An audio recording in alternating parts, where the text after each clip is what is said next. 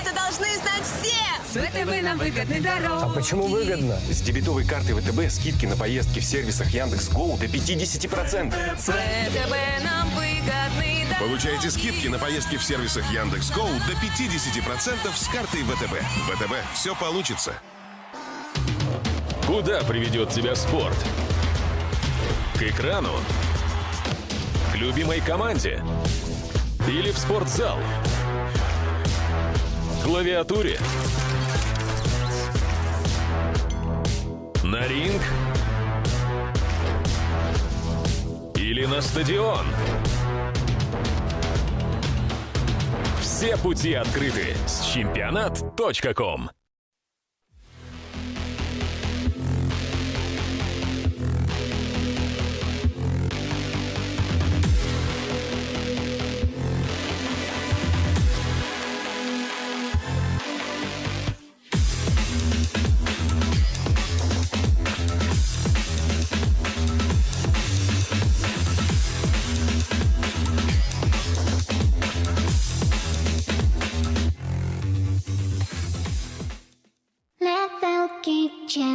Безграничен, Level Kitchen, безграничен, Level Kitchen, вкус отличен.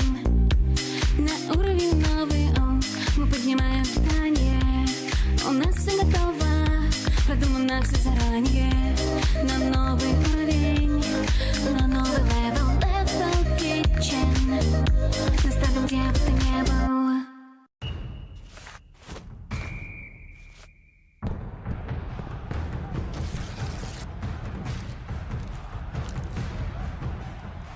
Закажите доставку прямо на трибуну в приложении Яндекс.Еда.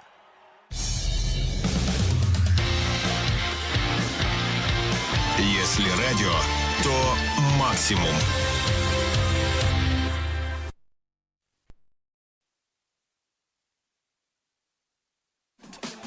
Мы любим спорт за моменты драйва. Моменты впечатляющего мастерства. Моменты запредельных эмоций. За моменты, которые становятся историей. Мы соединили моменты спорта и истории, которыми они становятся. И все для того, чтобы делать спорт лучше.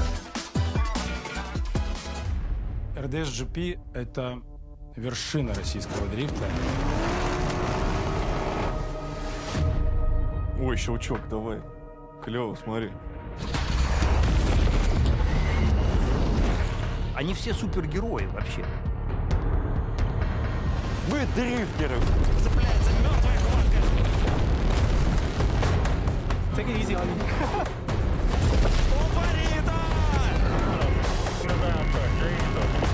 I was hungry for this. I wanted the podium.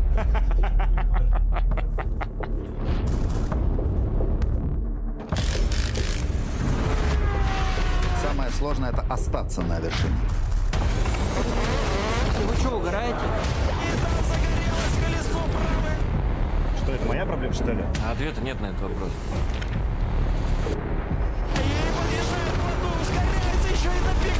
Как это возможно? Я не готов на камеру такое говорить.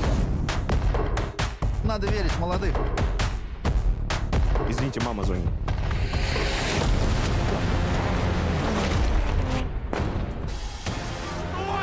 Это автоспорт, детка.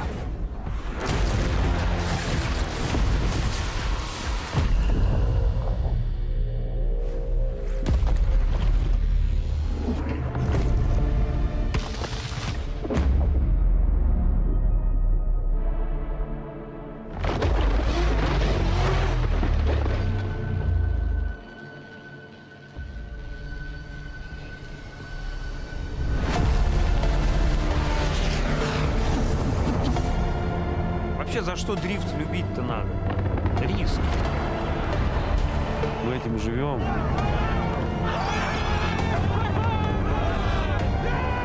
I just couldn't be happier.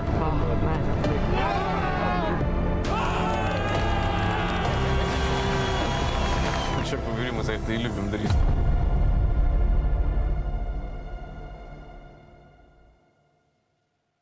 Куда приведет тебя спорт? К экрану, на стадион или в спортзал? Все пути открыты с чемпионат.ком.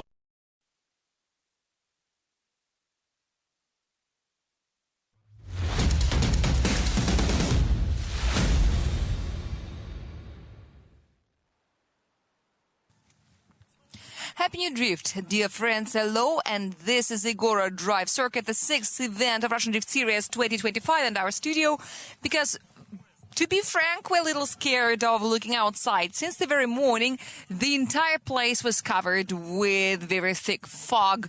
You can see the content on the social media of Russian Drift Series. You can also subscribe to our Telegram channel while we're waiting for the command to start the qualifying round of our 6th event. Once again, this is going to be the classic configuration of Igora Drive. We have introduced some changes to the finishing zone, but globally nothing has changed. The same powerful acceleration with a maximum speed of about 180 kilometers per hour, even 183 to be more precise. But at the same time, what is interesting, it was the same person, Dmitriy Shcherbina, who has got the maximum speed record of 190 plus. And this is the way our track looks from the camera. The bird's eye view, you can also see the drops on the camera filter. We can wipe it off, but it makes no sense because the condensate immediately comes back again. Now let's take a look at the judges' assignment. 850 meters, or 857. 250 is the run-in, straight line, then initiation, 2 touch and goes along the left-hand side of the track. In between them, there are 60 meters. Then the drivers break into the second sector with 4 clips leading from TG3 to TG6.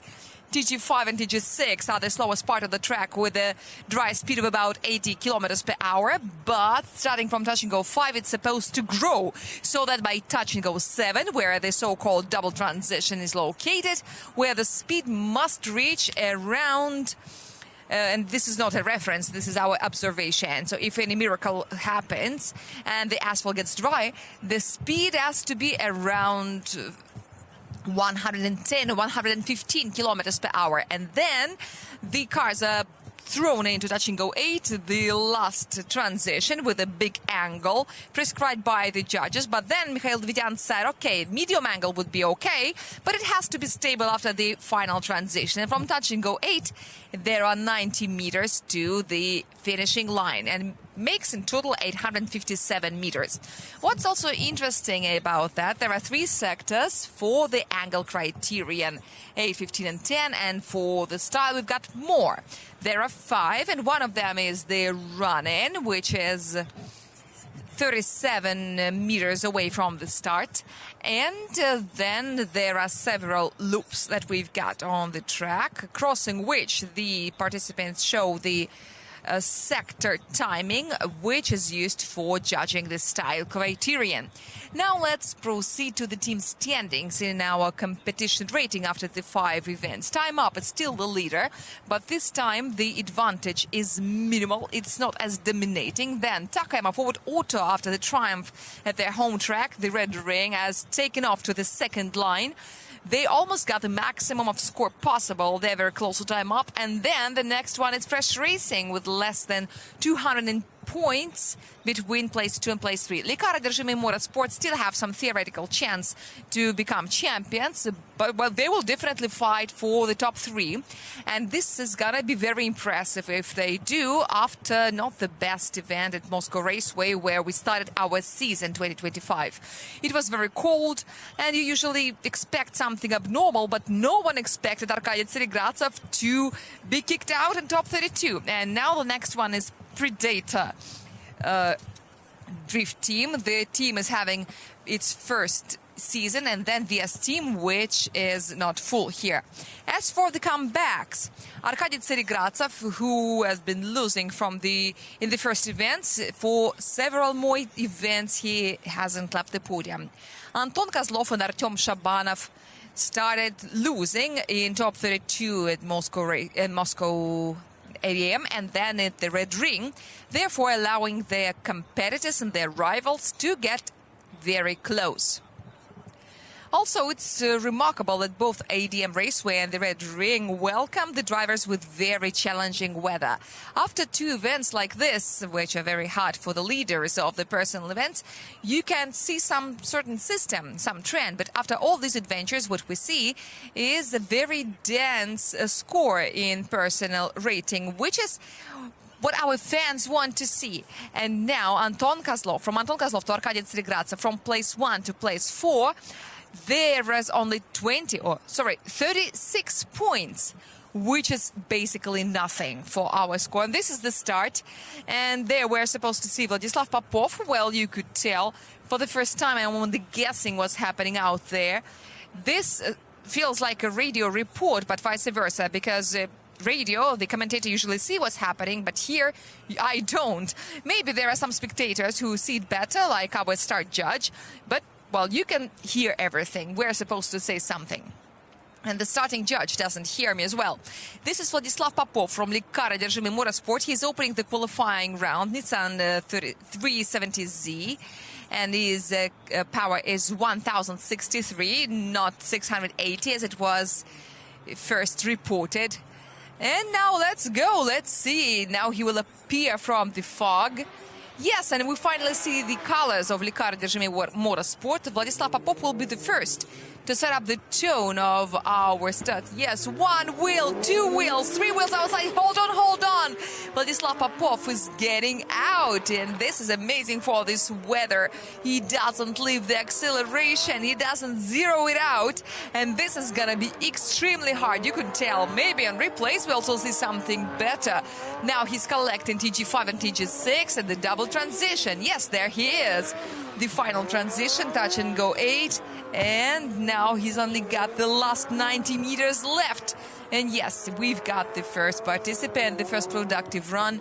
I hope at least 1 wheel is outside in the first sweeper, and we will see the first score.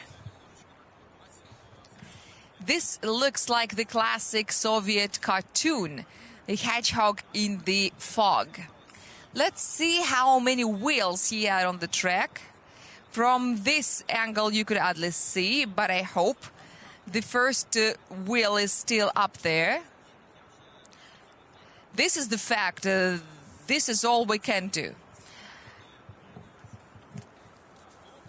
But, well, what is remarkable here, in this weather, in this environment in general, the drivers see it as badly as we do. And for Vladislav Popov, it's very hard to make out in this milky fog, and I'm sure that he doesn't see any touch and goes. I wonder if any of our drivers have a yellow visor. They can also wear some glasses underneath the helmet. Vladislav Popov is sitting on the left, and the major part of the drift is with the left side, and so the blind zone is minimum. Usually it's from 2 to 2.5 meters, but then the blind zone, if you go with the rear side, it is really big. It's about 10 meters. So for those who are sitting on the right-hand side, it is going to be extremely hard to drift. But our drivers didn't join its sport yesterday. This is the top league of Russia. Therefore, they're very experienced, and during the practice days, they're trying to find some milestones and to find some ways to build their line. But, you know, it is not only hard to see, it's wet, it's foggy, everything is making it extremely challenging. I guess it's hardest for the flanker drivers, and one of them, and the flanker itself is out starting from the practice days. So we'll have not 6 but 5 drivers in the qualifying because Sergei Kuznetsov has got a technical failure. Yesterday at 10 o'clock in the evening we got the news, and that was very sad for us to hear. Just like Sergei said, that was the first time in his life when he had a technical failure, and that was very confusing for him. Since 2021 he has never had one. Every time he would find this or that way to continue running, but now both engines, one after another, failed him, and his engines are pretty exotic. This is not a VQ that you can simply buy on a Avito or something, but this is not that bad. Sector 2 has lost some style score. I don't really know why. Maybe it was about the dynamics after touch and go 5. And second sector is the first sweeper, and there the dynamics fell because sector 1 is the entry. We've got different sectors in terms of style, in terms of angle. There are different divisions. 72 points in total. I wouldn't say that this is something extreme, but in this environment, this is still very good. So let's give a round of applause to Vladislav Popov. Let us not forget that we've got 34 participants for 32 vacancies. Ilia Fedorov is the driver who's sitting on the right-hand side. And yesterday he's been looking for a new engine, because the one he had on his car was broken. This happens to VQs. Now, the 450 HPs, that I think is okay for this track, for this environment. At least it mitigates some capacities of the technical side of the car. The previous appearance of Ilia Fedorov at this track was in 2023, and he was in top 4, by the way, but his vehicle was different. And now this is an SX running through the fog and through lots of corrections. He's already in the second sweeper. Now here is transition number 2 and touch and go 5. And here you can see that Ilia Fedorov has to play with the acceleration pedal. And Vladimir Safonov wouldn't be very happy with that. He doesn't want to jump touch and go 7. You can see how the rear wheel rotation speed is changing. Ilya is fighting. He's struggling through the weather. Yesterday we spoke about Ilia Fedorov. We spoke about him on the news, that he knows how to compensate the lack of power with an excess of optimism. But I guess optimism is something all of our drivers would need today.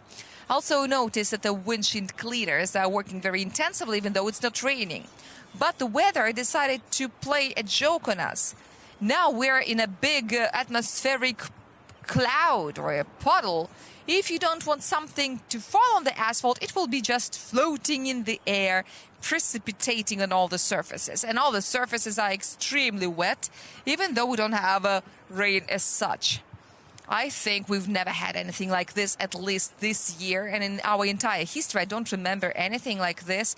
I haven't been to all the 99 events of Russian Drift Series in my 15 seasons, but well, this is amazing, definitely. And this morning, me and Nikolai have been trying to list what atmospheric cataclysms we've had. Negative temperatures, check. Snow, check. Pouring rain for 24 hours, check. And now we've got fog. We've got very thick fog that we don't see anything through. When we were coming out to the configuration in the morning, the visibility was around 20 meters, not more than that, maybe 30 at max. And then there was just fog, just cloud. We could hardly make out those little red rectangles on the curb because their contrast, and the rest wasn't visible. This is why we had to put off the beginning of the qualifying. We had to put it off for about an hour, and I guess it brought some fruit, at least according to the forecast. It's gonna rain. It's gonna rain pretty heavily. No, they say that there is some little rain, and I got a push a message from one of the services saying high-speed drift. Yeah, high-speed drift sounds very ironic. It was high speed yesterday. So as the rain gets stronger, the fog will be going away. This is gonna be exciting. All right, I guess it cannot be any wetter. Hello, guys. At least the spectator stands are not empty. Thank you very much for being here with us. Thank you for supporting our drivers. Please do not neglect your raincoats. Cover yourself. RDS shop is open, and there you can find anything, any good and warm clothes you can by there. I think that the audience in St. Petersburg is well prepared for different kinds of weather, even though that young man I see there is not very well dressed. But they're prepared for cataclysms with their optimism. Anyway, what about the score of Ilia Fedorov? We're still expecting. Andrei Pauli sent us a little remark that the line is perfect. There are no deductions for the line. He had some transition problems, and you could tell that something is now boiling in the head of Mikhail Davidians, because he's got to score it somehow. And here is the result. Well, and I would say that this is very liberal of Mikhail Davidians and the corrections during the transitions, which gives me some hope. This is 84.5 points. It is very good. He becomes a new leader of the qualifying, and in the first several runs we will see it pretty frequent. So you can screen it up and you can immediately send it to the social media. And the next one coming is Artem Shabanov, the defending champion of Russian Drift Series, who this time is very good at this event, at this track. But last time he wasn't really motivated. He came as a defending champion. He did fight for the team's championship, but Damir Diaturin was ready to break everything on his way. So let's go. Artem Shabanov. He's running to the 250 meters of the straight line, which is not a really high speed run at the same time. And together with him, we are already in the Furidashi zone. And wow, look at this angle. We've got to hold on. Well, it doesn't really work out. The angle has exceeded 90 degrees, and this is the end of the run. But, well, this is rain, and Artem Shabanov is suffering from the lack of grip. Maybe something has to be corrected in his general concept of drifting.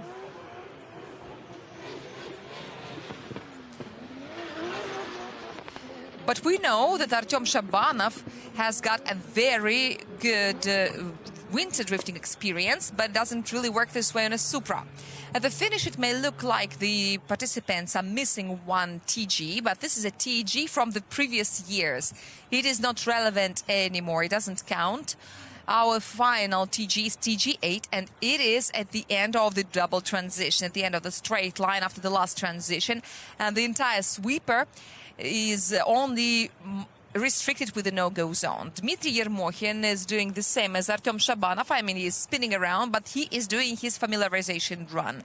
Our participants have 2.5 minutes to run from start to finish, just to check out the asphalt condition. They've got 2.5 minutes. Usually it's 2, but now we know it's fairly slippery. The speed is getting lower, so now it's 2.5 meters. Usually when it's wet, the speed falls by about 50%. Therefore, the general timing also gets longer.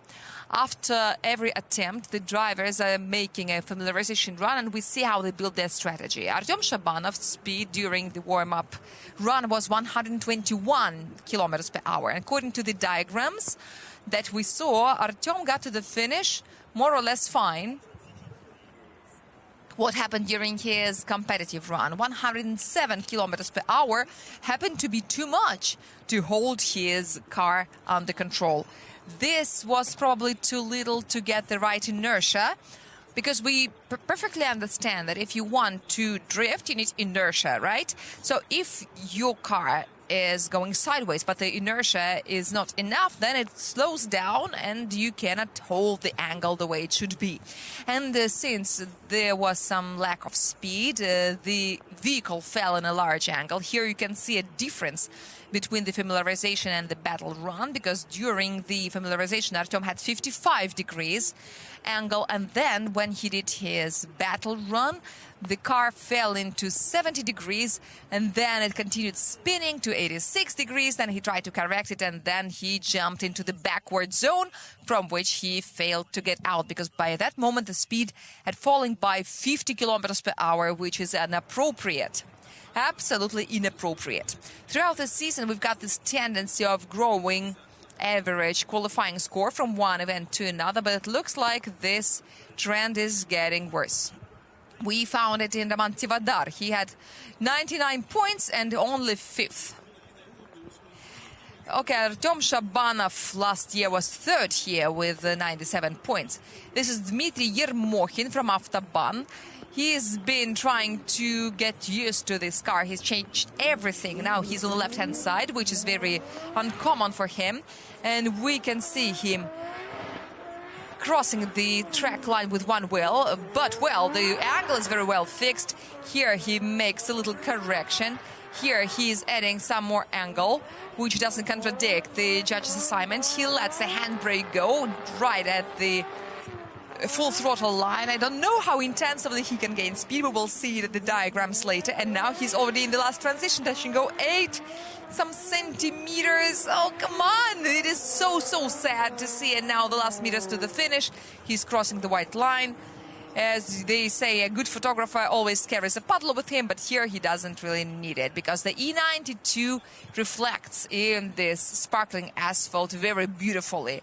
This car is a perfect match for this St. Petersburg weather in St. Petersburg view.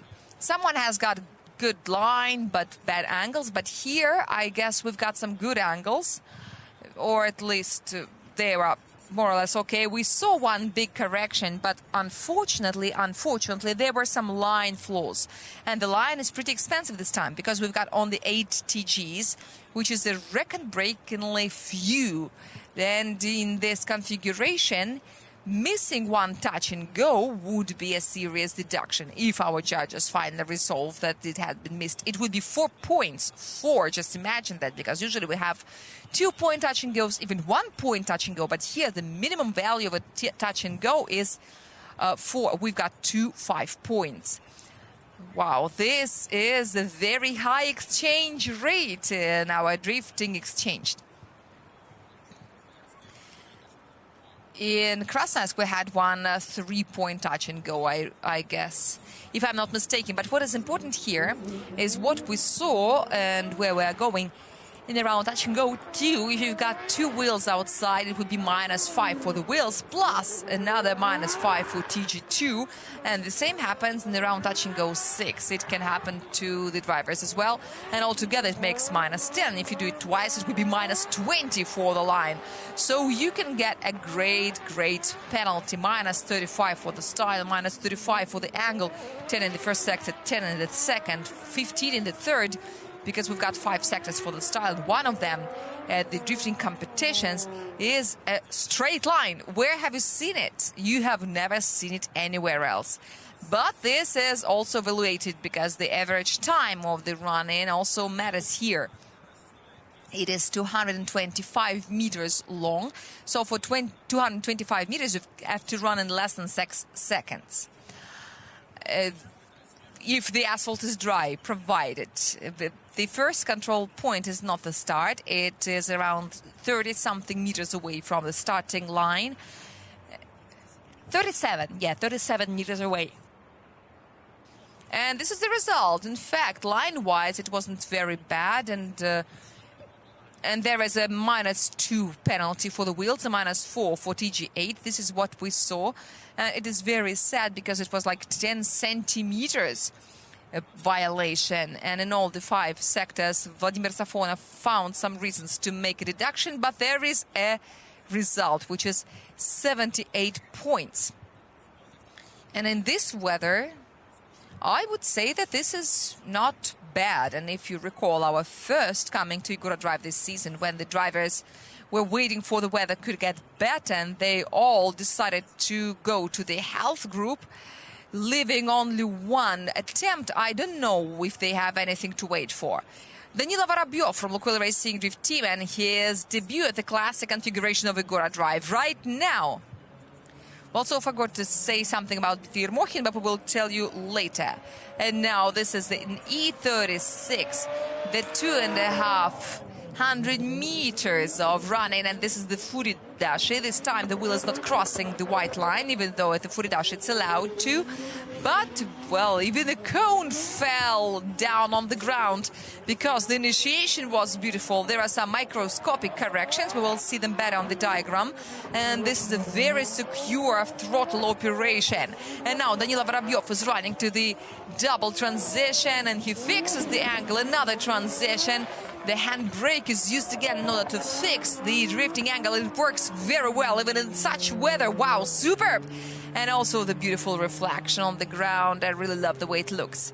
To me, this is probably the best run this far. Very secure initiation, very solid. According to the assignment, it has to be smooth. But even in such weather, I wouldn't say it was smooth or soft. It was not super dynamic, but nevertheless.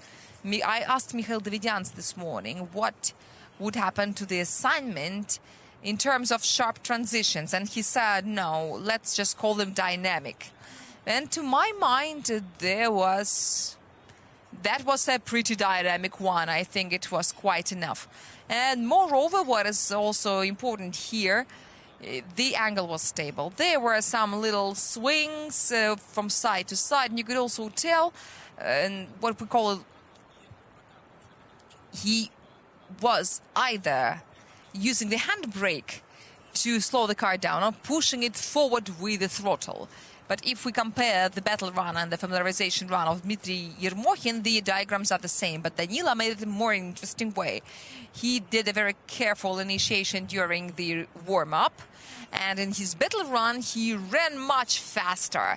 The speed was about 120 kilometers per hour, and it was perfect. And why?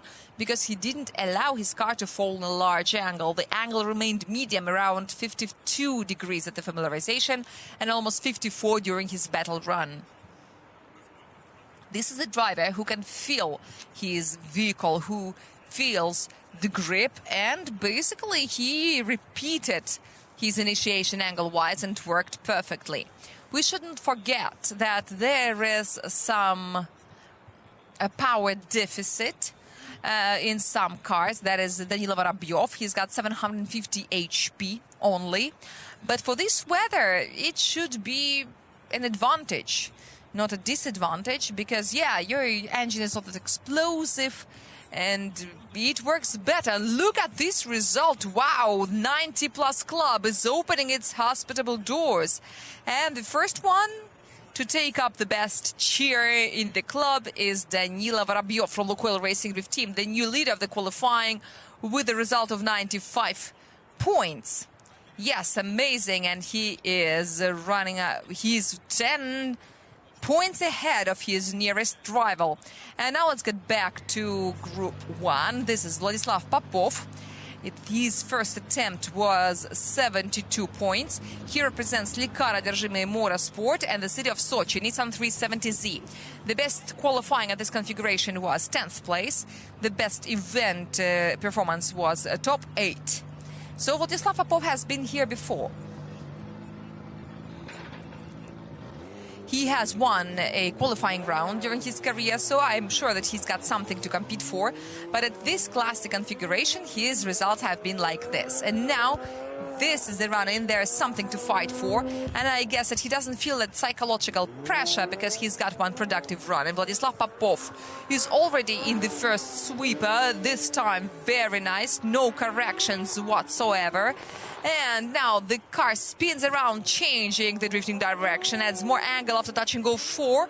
Then another transition. I don't think that it could be dynamic, but at least the angle is well fixed. And now he's running to the double transition, touch and go 8 is left behind without violation of the track border. The last transition, and look at how he's pressing the accelerator pedal in the last sector. Wow, that was great. But what makes it so challenging and what makes me so anxious about our driver, throughout the 2 days, the drivers have been rubbing their tires against the asphalt, and the asphalt has been dry. Everyone was looking for the speed, for the right velocity, for the right grip. And after you've been drifting on the dry for several days, and then you come to the qualifying and the weather is very different, it is extremely stressful. It feels very stressful, but by the second attempt you could tell that Vladislav Popov has found his way, and this run subjectively doesn't look any worse than that of Danila Vorobiev, who got 95 points. I mean, once again, our drivers have got a very high level. They're very good at adjusting for the weather, for the environment. and they haven't had any practice on the wet asphalt. We didn't have any morning practice today. We only have a little warm-up. You can see that Vladislav Popov has got a yellow filter on his visor, which is good for this weather. Speaking about Vladislav Popov, at the familiarization run, he thought that he shouldn't stop at 120 kilometers per hour, so his speed was 131. But we can only see it on the diagrams, and he repeated it brilliantly in the qualifying. 131 kilometers per hour, and then initiation into the angle of 44 degrees, according to the judge's assignment, which is also a medium angle, a little closer to the lower border, but the angle is well fixed, looking very secure. If we consider it as a lead run, I think it would be very comfortable for the chaser. Mikhail Davidians said that you're supposed to spin your car smoothly, and I think Vladislav Popov was brilliant at that. He fixed the angle, then he got to touch and go 3, then he made a transition, added some more angle, fixed it again, and so all these things were very well and carefully performed by the young driver of Lekara Dershimaya Motorsport. So we, of course, expect some good result, and I'm sure it is gonna be much better than the first one. In the first, he had 72 points, and this is the 4th place out of the 5. And unfortunately, we've got 1-0. But, well, this is the kind of guy who knows what to do in his second run. So we don't really worry about him. We know that he will find a way. Let us only think about positive things. If Vladislav Popov can outperform Danila Vorobiev in the struggle for the leadership, because this is also some suspense. Danila Vorobiev had 95 points, and would he make a 95-plus run? Would Vladislav Popov do it? Danila Vorobiev is a little older. He is only 23 years old. Vladislav Popov is 22. So these are the youngest participants of our league, but the youngest one is Leonid Shnaider. Wow, yeah, they're too much for the angle. Mikhail Davidians had lots of questions, and I guess that the transitions also played their toll. So I guess in this environment you should try to be more dynamic. But generally, look, that's very good. First of all, Vladislav Popov is further away from the potentially dangerous zone where you can fail to qualify. But with 89.5, I guess you've got a guaranteed place in top 32. So congratulations to Lekara Dershimaya Motorsport for having at least one driver in top 32. And I suppose that the speed of Danila Vorobiev would be sort of a reference for Vladimir Safonov. Ilia Fedorov is on his second run. He had 84.5, which is a good result. With a perfect line, Ilya did his best to show a beautiful drift. Now let's see what he can do in the second attempt. Ilya Fedorov is already in the first sweeper, collecting 2 touch and goes, 1 and 2 respectively. And now what's going to happen with the transitions? Is he introducing any changes? And now, yeah, it looks much more dynamic than in the previous run. And here is another one, and oh, no.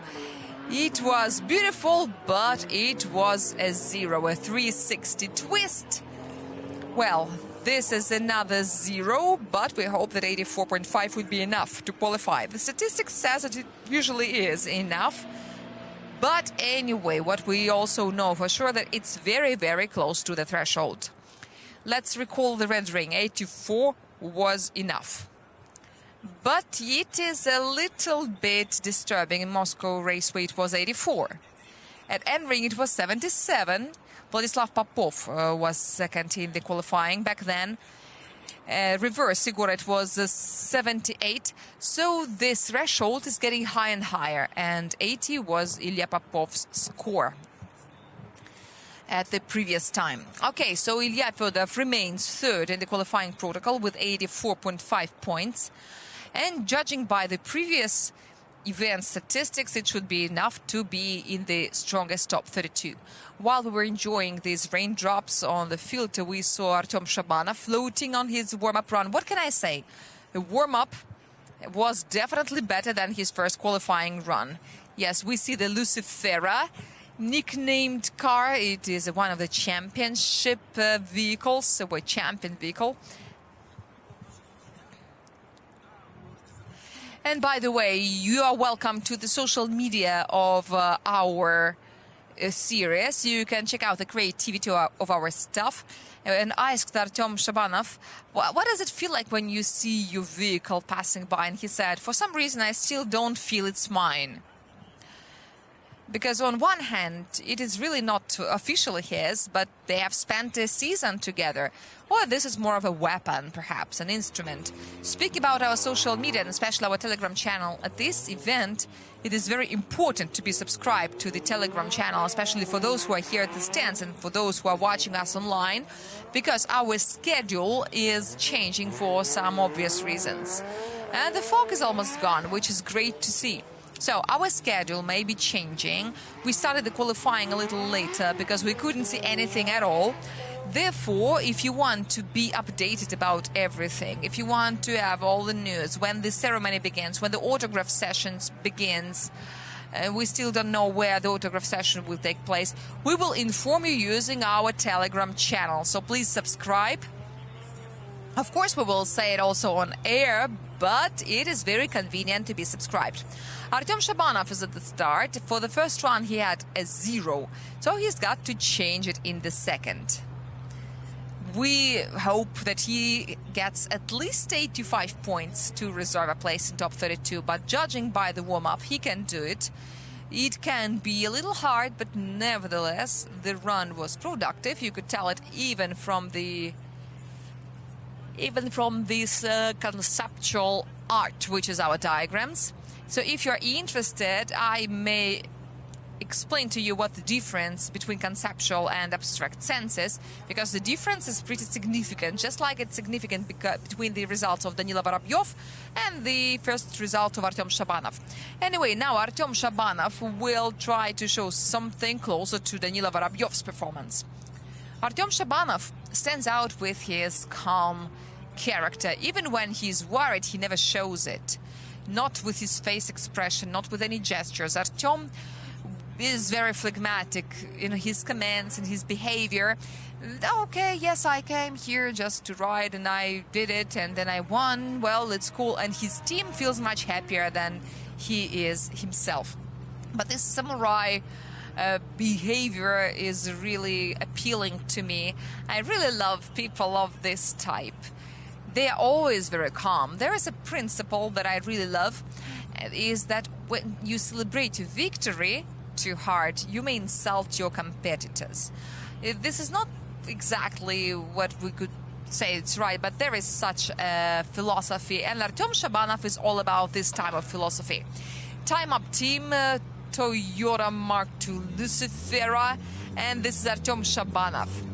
First the run-in of 250 meters and then touch and goes according to the checklist. I hope that he collects them all. And now Artem Shabanov. Let's hold our fingers crossed. Let's wish him good luck. He's one of the leaders of the personal competition. Very careful initiation. A lot of hand braking, because Artem Shabanov needed to make sure that his handbrake works properly. Then a transition, fixed angle. Very nice. Then a little spin, which is slightly stepwise. Then transition number 2, and you could tell that he's got to be careful and keep it very easy.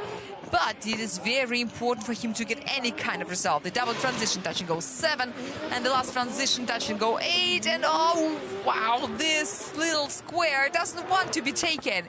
While Artem Shabanov is crossing the finishing line.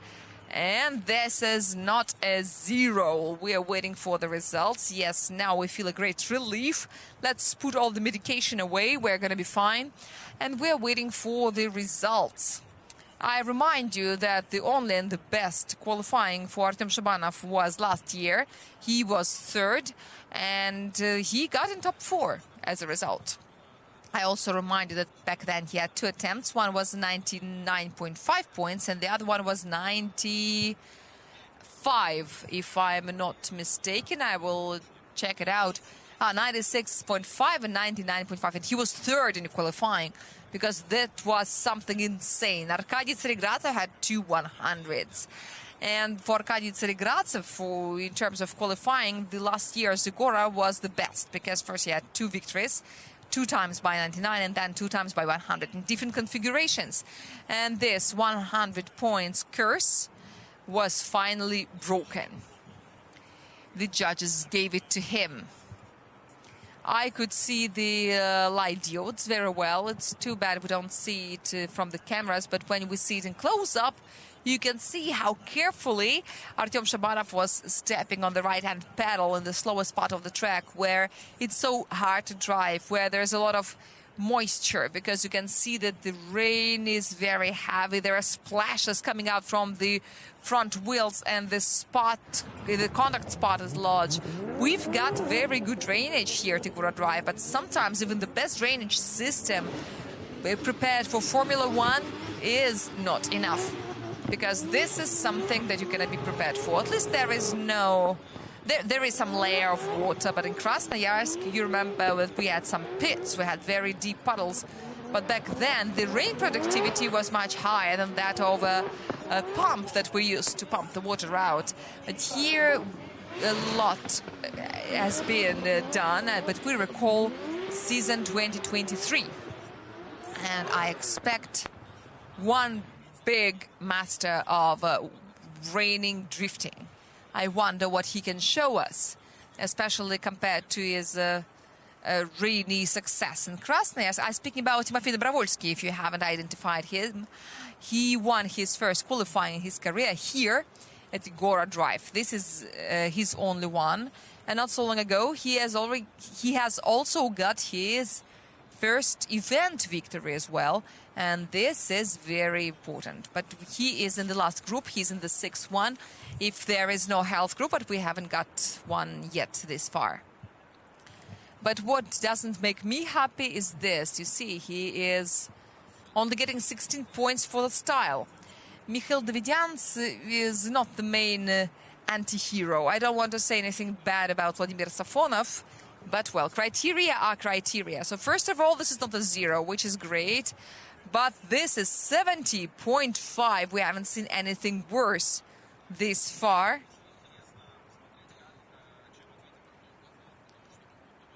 We will see what Anton Kazlov does, because it looks like our leaders are competing about losing at the earliest stage possible. Arkady Tsaregradtsev and Dmitriy Moin, who are already very close, must be celebrating. I'm sure that they are very, very well concentrated now. Dmitriy Moin in his second run, he had 78 for the first one. He's from Avtoban team. His best qualifying was 6th place, and he's got 2 podiums at this configuration, including one in 2020 when he was in the final with Roman Tivadar. And now one wheel is outside, and he's back to the borders. The first transition is very good. He fixes the angle.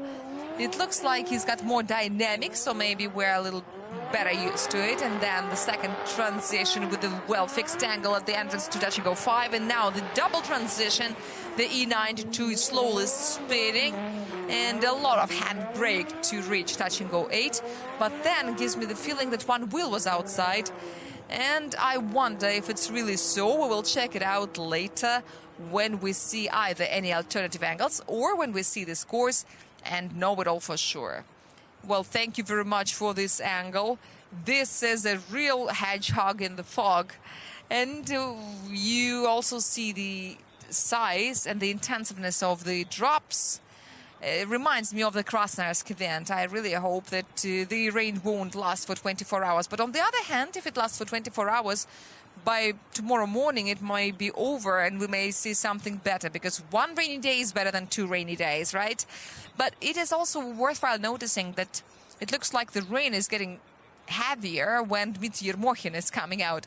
And it is also very hard for the driver.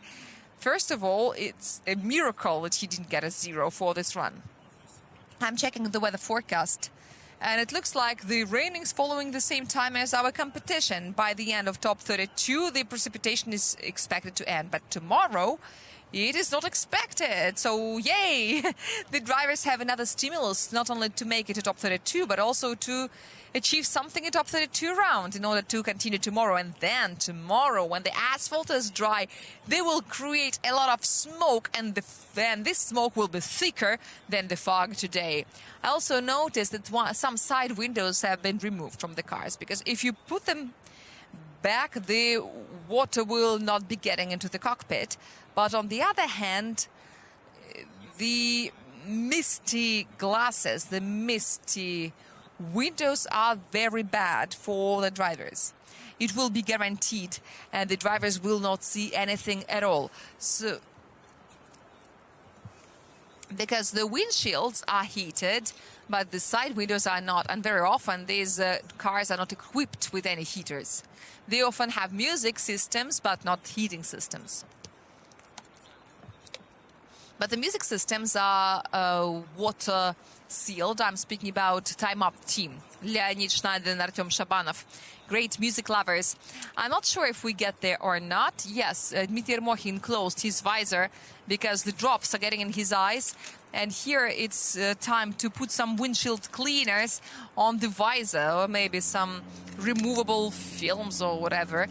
But you know how bad it is when the water gets inside your helmet. Every motorcyclist knows this.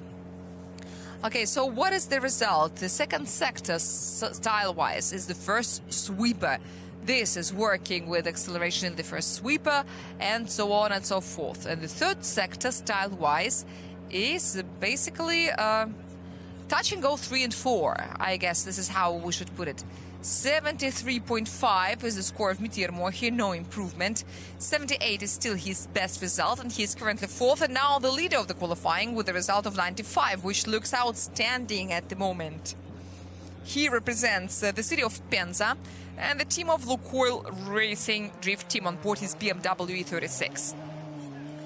Let's go. That was an impressive first qualifying run, and wow, look at that. This is gonna be a challenge, because one of the windshield cleaners decided to retire after the 95 points. But thankfully, drifting is a kind of event where you look sideways, not front, and I hope that it's okay.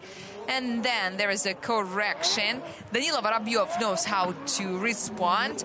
He fixes the angle, taking touch and go 5 and to touch and go 6. He's running into the double transition. No, whoa, whoa, whoa. You can see that the United 36 doesn't want to go with a great effort. Danila Vorobiev is spinning the car around. Has he changed anything in the adjustments? Because it looks like the car is getting stuck, like it sticks to the asphalt. I have a feeling like the inertia is not enough. And getting back to my idea of the windshield cleaners on the visor, it looks like one of them probably wanted to go inside and take care of Danila, but it looks like the driver is very well fixed on his seat. And therefore, well, of course I'm joking, I'm kidding, you know that I'm having a lot of fun here, but Danila Vorobiev collects various funny technical problems at the second event this year in the reverse configuration. Before his battle qualifying run, his shock absorber fell off and he couldn't take his first run, and he had to reschedule for the health group. He had to lose one run, and we had 39 participants, not 34, so the competition was heavier. And now this windshield cleaner thing is not very relevant, of course, but you know that it can be psychologically demotivating, because when things like this happen, it can be confusing, because you get distracted when this thing is swinging around like this all over the place. It is weird. It is demotivating. This is not the best moment for such a thing to happen, that's for sure. On the other hand, well, it's better if it happens right now than during tandem runs. I think I can see some little trend in what has been happening in the warm-up runs, because Danila Vorobiev has got a speed of 120 kilometers per hour in the familiarization run, but in the battle run it was only 109. And here you can see some insecurity during drifting. But as far as the results are concerned, there is 95 points already, and no one has done it better this far. And I think that we will not see any improvement, but let us not jump to conclusions. Let's check. No, there is no improvement. That is obvious. This is only 80 points. 26 for the line, 30 for the... Well, but this is the best score for the angle. Wow, very unexpected.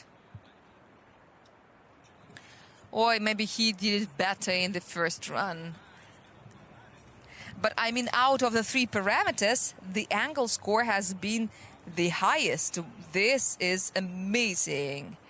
Mikhail Davidyans is really doing something crazy. All right, so now Ivan Palmin had to change his car. He is driving an BMW 36 that brought him to the 3rd place of RDS Europe last season. So we've got 3 E36s in a row. I think we've never seen it this year. Ivan Palmin, and something is wrong with his windshield cleaner once again. I don't know why, but okay, let us not care about it. One wheel has been outside. And now it looks like there are 2, and this is in the touch and go number 2, and the E36 is being very naughty. Come on, do it, we believe in you. He's missing touch and go 4, then another transition. He collects number 5 by pulling the handbrake. With incredible effort of will, he collects the car together, and through the double transition, he's running to touch and go 8, collecting the last clip. And he presses the acceleration, crossing the finishing line. Well, the first sectors were not very good. A lot of suffering, but this is not a 0. In the second run, he can get a little bit more risky. As far as the windshield cleaner is concerned, probably while standing under the arc, Ivan Palmin just didn't evaluate the risk correctly, and he just put it on the intermittent mode. But what happened to Ivan in Krasnoyarsk? Ivan Palmin's engine on his Supra A90 broke down when he came back. The same happened to him at the practice, and his team had run out of the necessary spare parts to make up a 3rd engine for the Supra, so it was decided to take a spare E36. Thankfully, the event is here in St. Petersburg, and Carville Racing is from St. Petersburg, so they got another engine from their warehouse, and now Ivan Palmin has got a spare engine. Such a thing wouldn't happen in Krasnoyarsk because it's very far away from St. Petersburg. As far as the vehicle is concerned, this is the one that Ivan Palmin drove in 2024 when he won 4 qualifyings out of 7, which is a very good achievement. Arkady Tsaregradtsev had something similar in one of the seasons. I think it was, let me look it up in the archive. It was year 2020 when Arkady was a qualifying champion. He got half of all the qualifyings. No, he took 4 out of 6 in 2020. But something was wrong with the technical aspect in the tandem runs, but in the qualifyings, he was very, very good. But then we had one stage less because it was RDS Moscow Cup, and it didn't count in our official statistics. It was a COVID year. It was hard to bring teams here. There were some foreigners, and crossing the border was very hard. It was a challenge. And the Ryazan event, which was supposed to be the 2nd, we hardly collected the quorum, and the Moscow Raceway was more of a festival, celebrating that regardless of the COVID and all the restrictions, the drifting event still took place.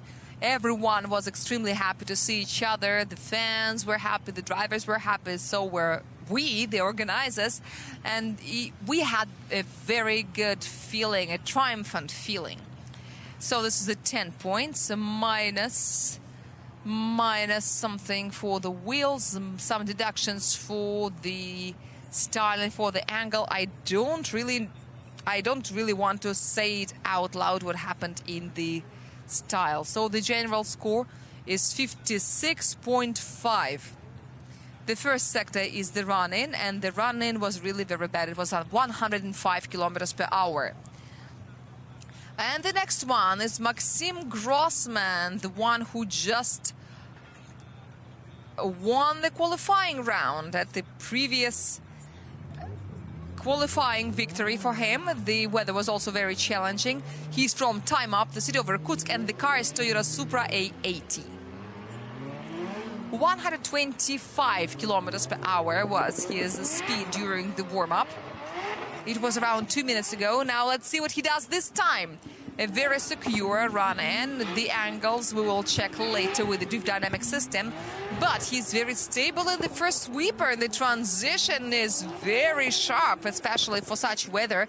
It's extreme. A very well fixed angle performed again by the driver from Time Up team through touch and goes 5 and 6. The Supra is sliding. Then the double transition. He is getting a little bit more careful in this part, and he collects touch and go 8 and runs across the finishing line. Would it be the best qualifying result?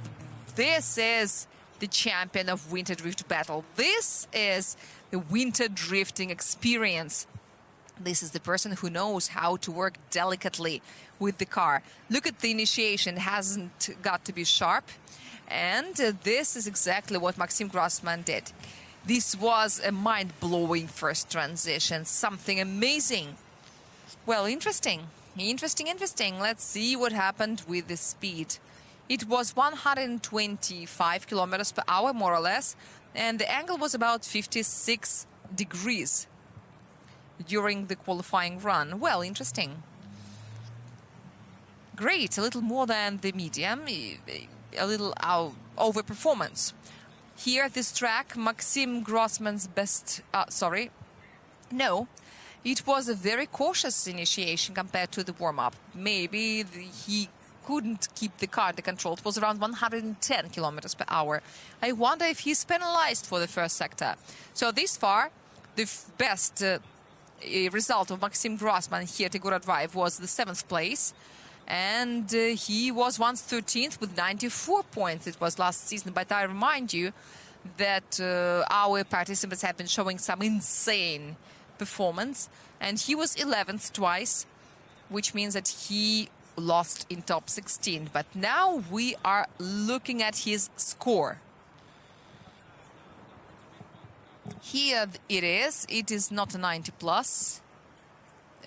A lot has been deducted from the style. In the first sector, hardly any penalizations, but in the second, there are more. Maybe there are some raindrops falling on Vladimir Safonov's tablet, but I'm just kidding. It is 77 for the first run, and this is 5th place, and he is overpassing Artem Shabanov. If you have your notebook, so please make a note that at the end of the first sweep around touch and go 2, it was 63 kilometers per hour. And this is the penalization.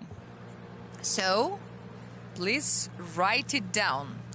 And we continue watching Petr Borodin from Takayama Forward Auto, driving a Forward Racing S15, but with a Weiss Fab suspension on the front axle, who practiced more than anyone else throughout all these days, but on the dry, which is a very significant detail. He had to get used to these spaces. Igora Drive is enormous, and Petr Borodin usually drives on parking lots, and he looks like he is lacking some speed at the initiation, but still the first sweep is taken. Touch and go 2 is collected, just like touch and go 1, and then a very cautious transition through touch and go 3 and 4.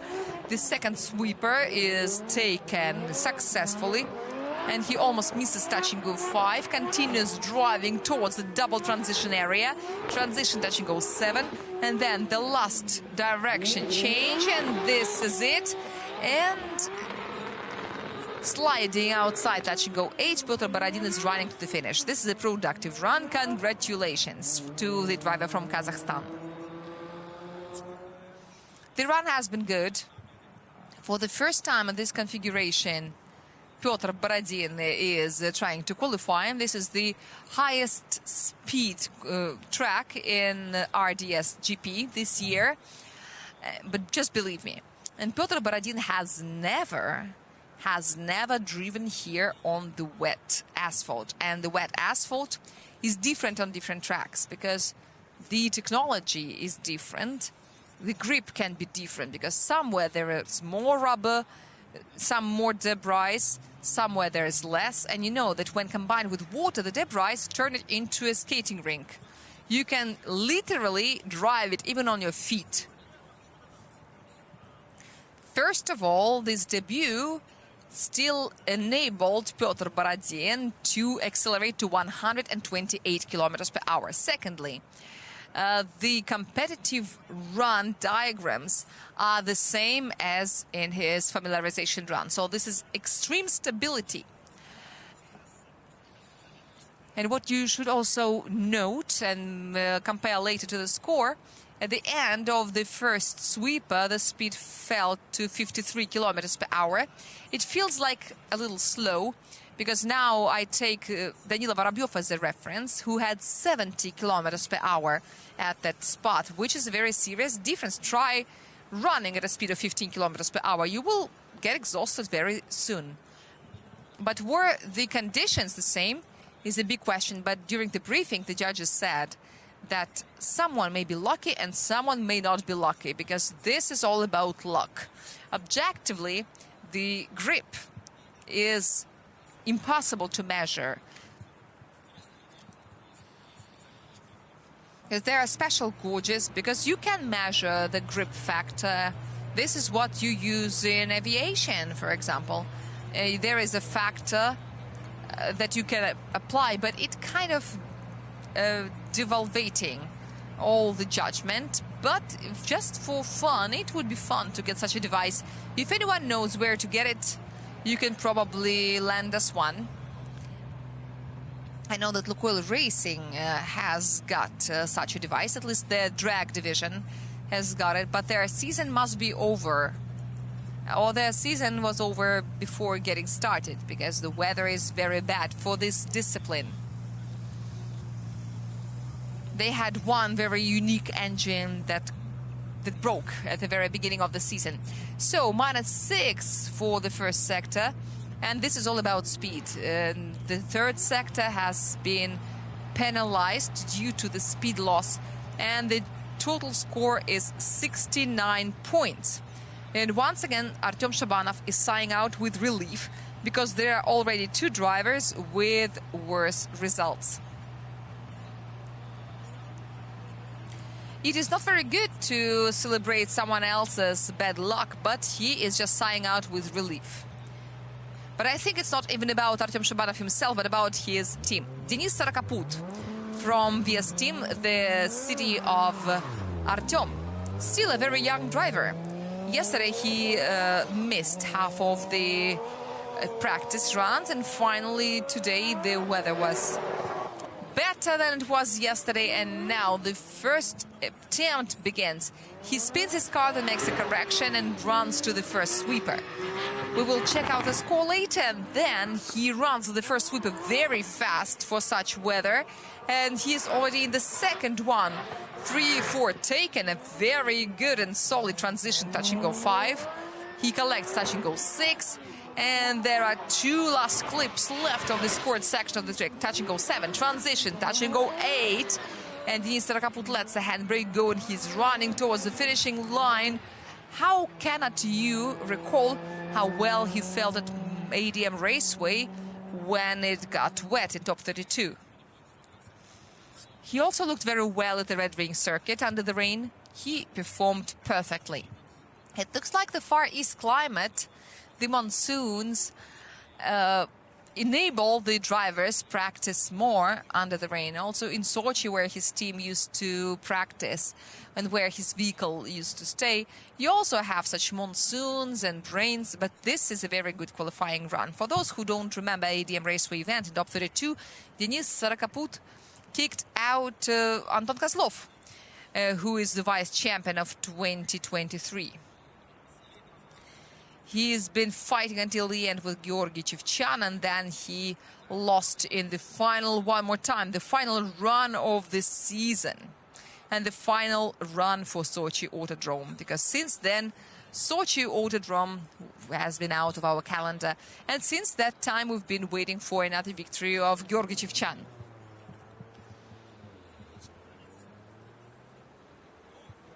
Anyway, what we should remark is that Denis Sarakaput is feeling great.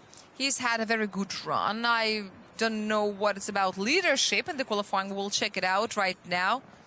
We will see the diagrams, and we will see the diagrams of his familiarization run, which was also not flawless. As far as the speed is concerned, it's a little better than that of Petr Borodin and a little worse than that of Danila Vorobiev. So this is the best way of describing it. And what's interesting right now, Vladimir Safonov also has his own references and milestones. We haven't had any result better than 95, so this is going to be our reference this far, because we haven't got any other options. First of all, this is the only 90-plus result this far. I think it won't be the same, but, well, second sector, minus sector, again, minus 6 out of 8. But this is all pretty understandable because the handicap is very big. Okay, this is 28 for the line, 29 for the angle, and 20 for the style, making a total of 77. 77 for Denis Sarakaput. And this is the same as the result of Maxim Grossman. They will figure out in the second run, but the potential in both cases is amazing. It's great. Now, I just hope that they break the curse of the second sector. But once again, if we take a look at the result of Danila Vorobiev and his speed, we should aim at something over 80 kilometers per hour. This is the reference that you should be looking up to. Also, the judges are looking not only at the speed at a certain point, but they're looking at the timing of running through certain sectors. So this is a different rule. We have changed the measurement instruments due to the fact that Igora Drive has got some peculiarities that may sometimes be impeding for the GPS system. And it's not even the autodrome itself, it's the location. And this is why it was decided to use the timing. Anton Dmitriyenko from Irkutsk, who is driving a Nissan Silvia S15 built by Forward Auto, also a wise fob on the front axis, and not so long ago he broke his own spell and he actively practiced yesterday, but it looks like it doesn't matter anymore. But well, these are Siberians and they're very well used to challenging weather conditions. A great initiation with a little gap from the outside edge of the track. Then he fixes the angle well.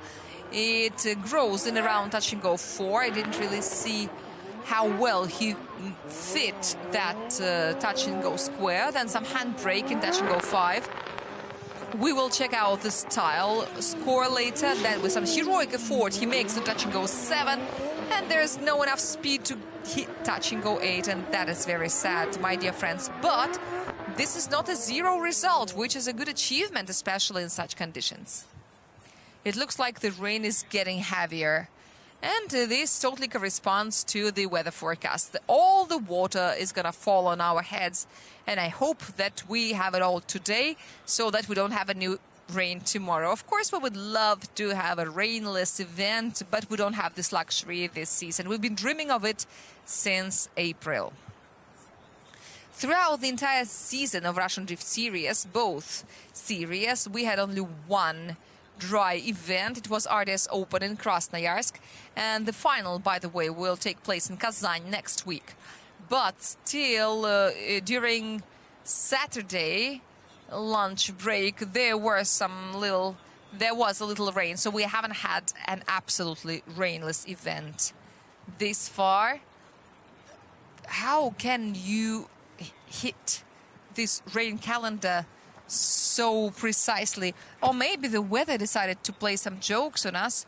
I don't think it's about ourselves, but I think it's very bad for the judges who are standing on the tower, and the marshals standing on the track, and the audience. Of course, the audience, our poor spectators who've been standing on that, and the drivers who are also having very hard time, but at the same time they're trying to show us the best performance possible. And we never have any rainy practice, because on the practice days, the weather is dry, and then it begins raining on the competition days. It feels like turning the schedule inside out to make it vice versa. Anton Dmitriyenko has been 22nd here in personal rating, which means that he has never won a tandem run in top 16 here at Igora Drive. But maybe this weather can play in his favor.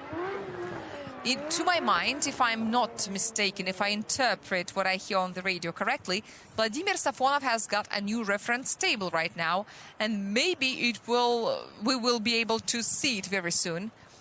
But this is some preliminary data, and we are waiting for it, and we are waiting for the score of Anton Dmitriyenko indeed.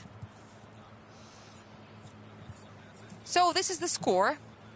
Traditionally, a lot of style penalties. Touch and go 4, touch and go 8 have been missed, so which is a 8-point deduction. And only 11 points out of 35 left for the style.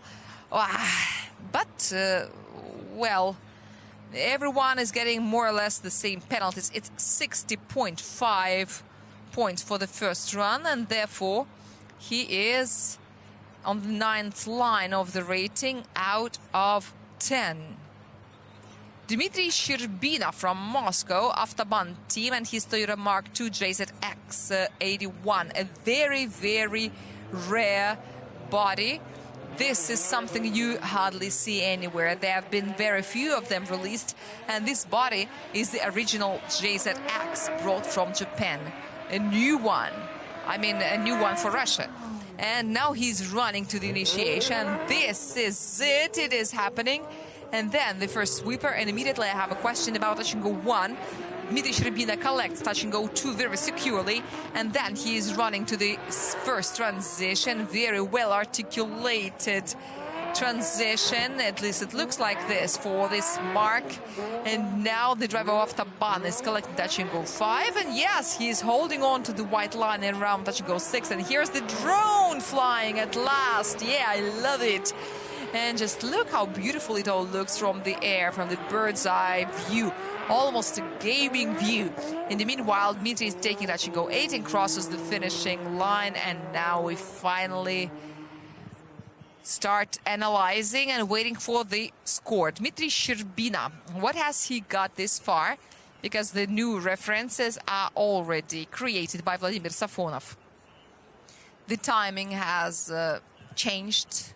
For example, the second sector is now 8 seconds instead of 6 seconds. Anton Dmitriyenko had 9 seconds timing, and he was penalized. This is why he's got the -6 points for the style.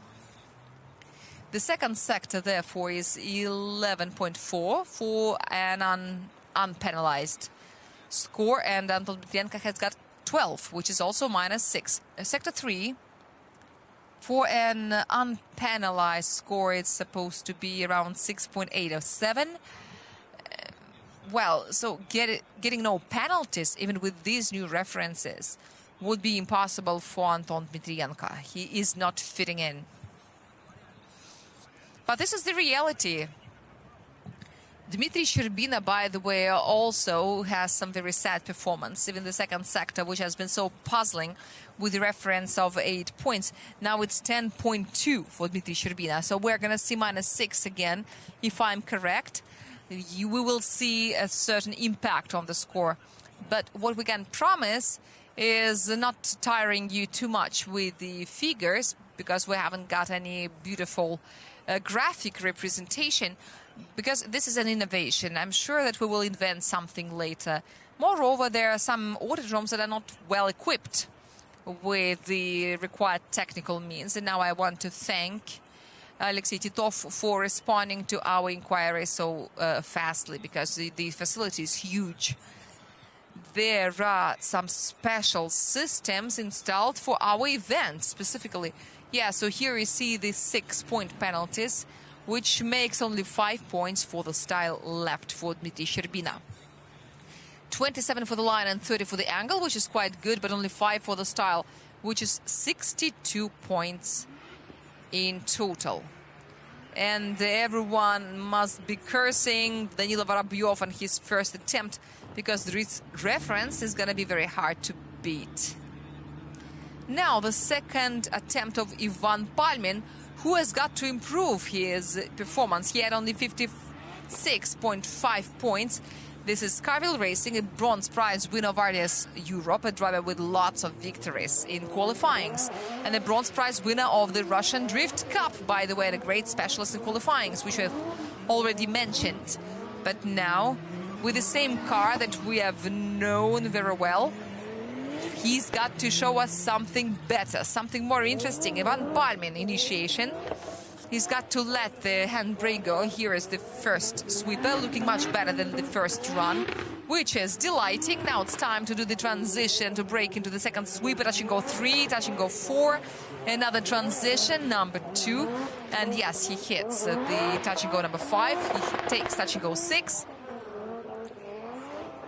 The double transition time. He's spinning his car around one more time, collecting touch and go 8 with some corrections. It was very hard to make out on the video, and he's crossing the finishing line. This is another productive run, but then we see the comparisons. What can we say about Sector 2? Just wait and see. This is going to be -6 penalty again. We have said it a number of times that the reference has been set very, very high, and the weather is not getting any better at all. But on the other hand, everyone has got more or less equal conditions. Now the rain may get a little bit less heavy, and maybe group 5 or 6, maybe running on the drying asphalt, maybe there will be less water and the results may be getting better. And then all these conversations will begin, that in the last qualifying groups the score is always higher. No, no way. The score is exactly the one that the drivers deserve. It is not related to the sequence. We are being very objective. We've got a reference and we look up to it. Maxim Grossman had the best run-in his warm-up with the average speed of 105.5 kilometers per hour. But we know that on the dry, the average run-in speed was 135. In the best attempts, it was 140 plus.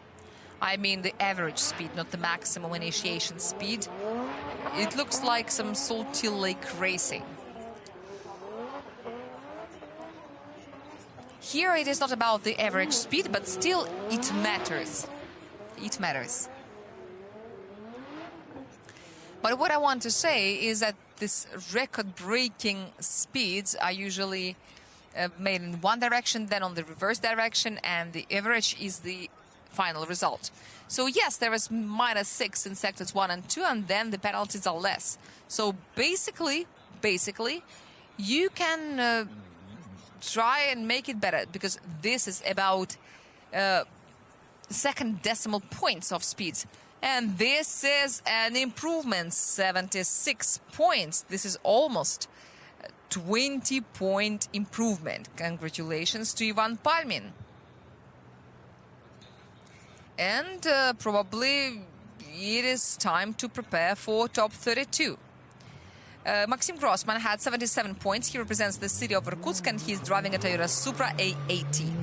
And right now he begins his acceleration through 37 meters, and then the timing criterion will apply.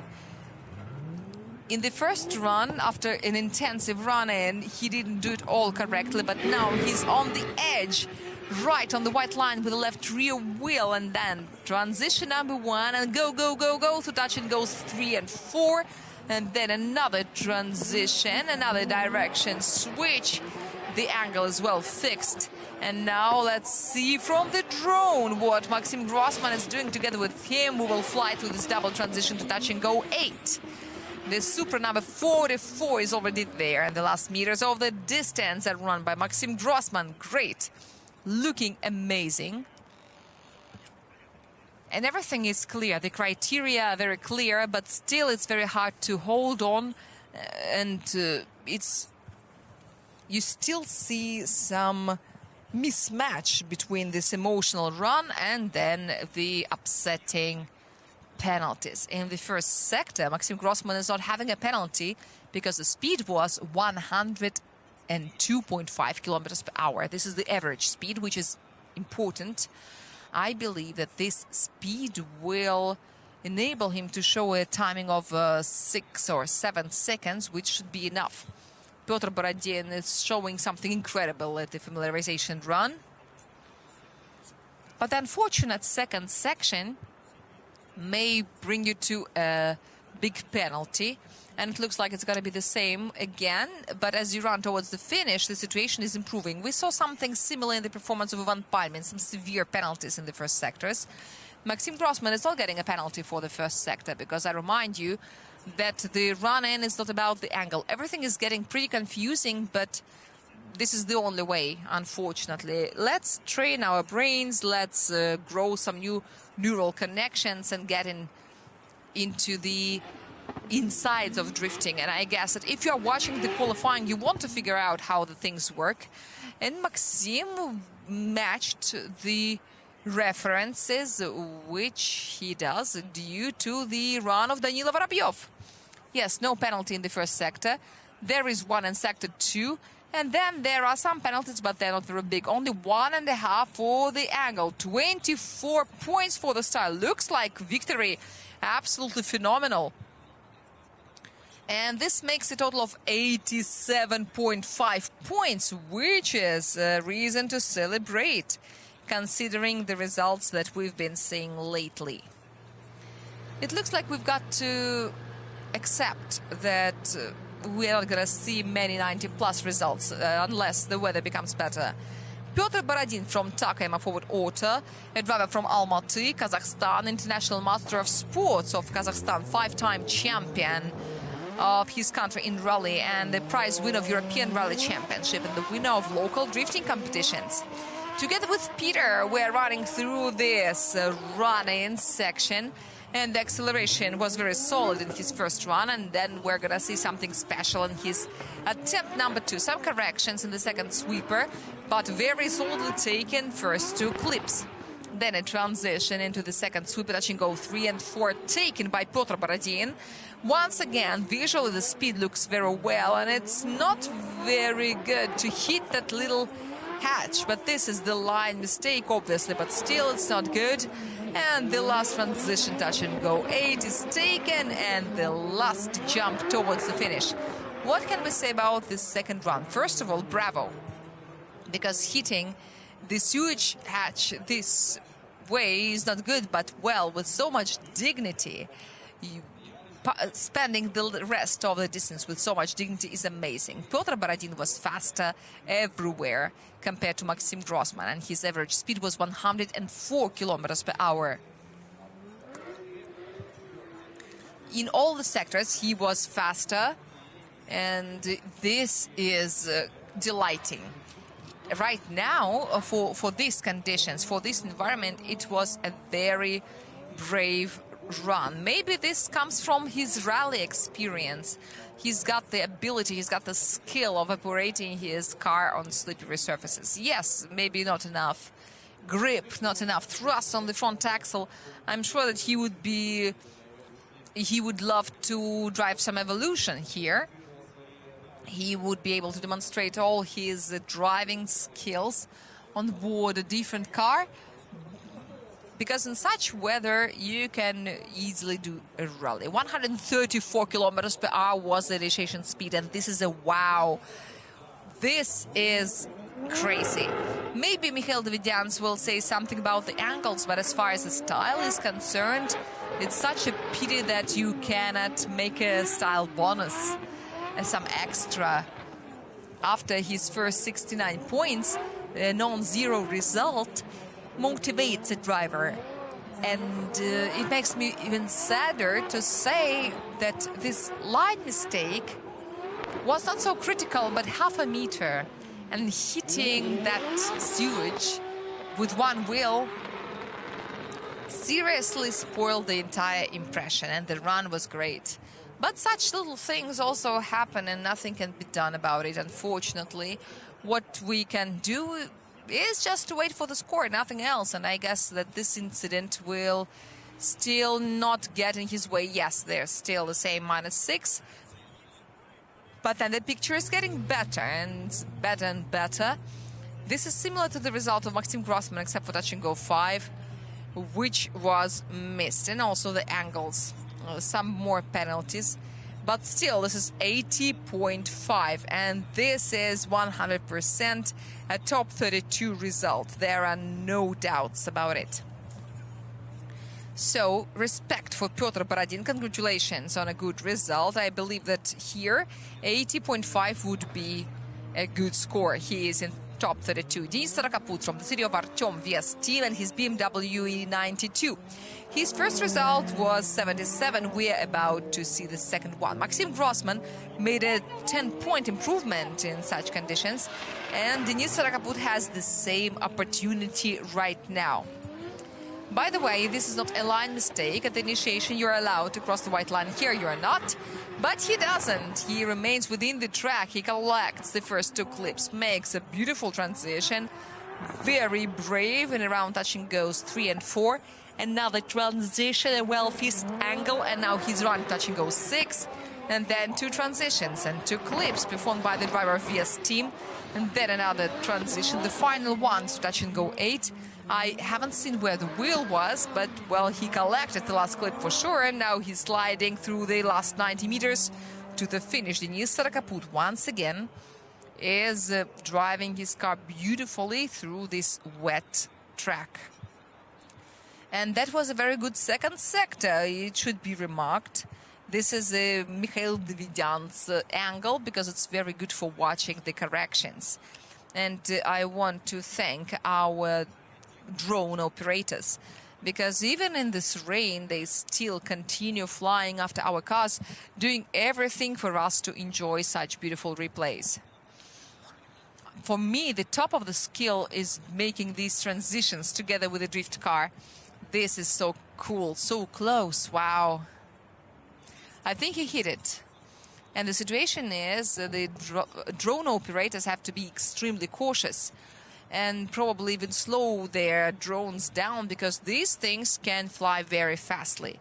But what happened here, I think, for the first time, we will not have a -6 for the second sector. That's cool. That's cool. I guess we can even sort the drivers by the second sector performance to see who goes where. And if we decide to make a rating, Danila Vorobiev would be the best. Then the second one would be Popov. The next one would be Ilia Fedorov. And then Denis Sarakaput is very close in terms of the timing.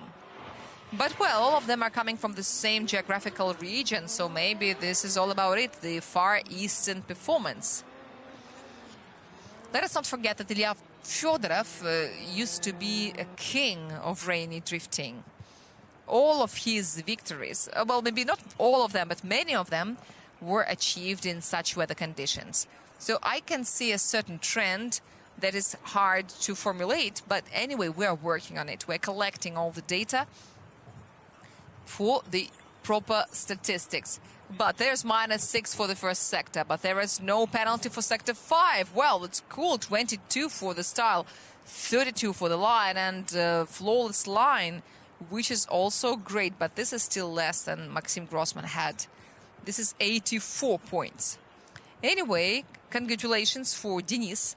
The result is very, very convincing, especially in this environment. It looks especially cool. And now let's take a look at Anton Dmitriyenko. His first attempt was 60.5 points, and the main thing was not getting a 0, which he did. And now let's continue watching. Let's see where his second attempt takes him. The driver from Irkutsk is right here, and he is running on his second attempt. First of all, 37 meters of relaxed driving, and then he begins a real acceleration, because there the timing begins to apply.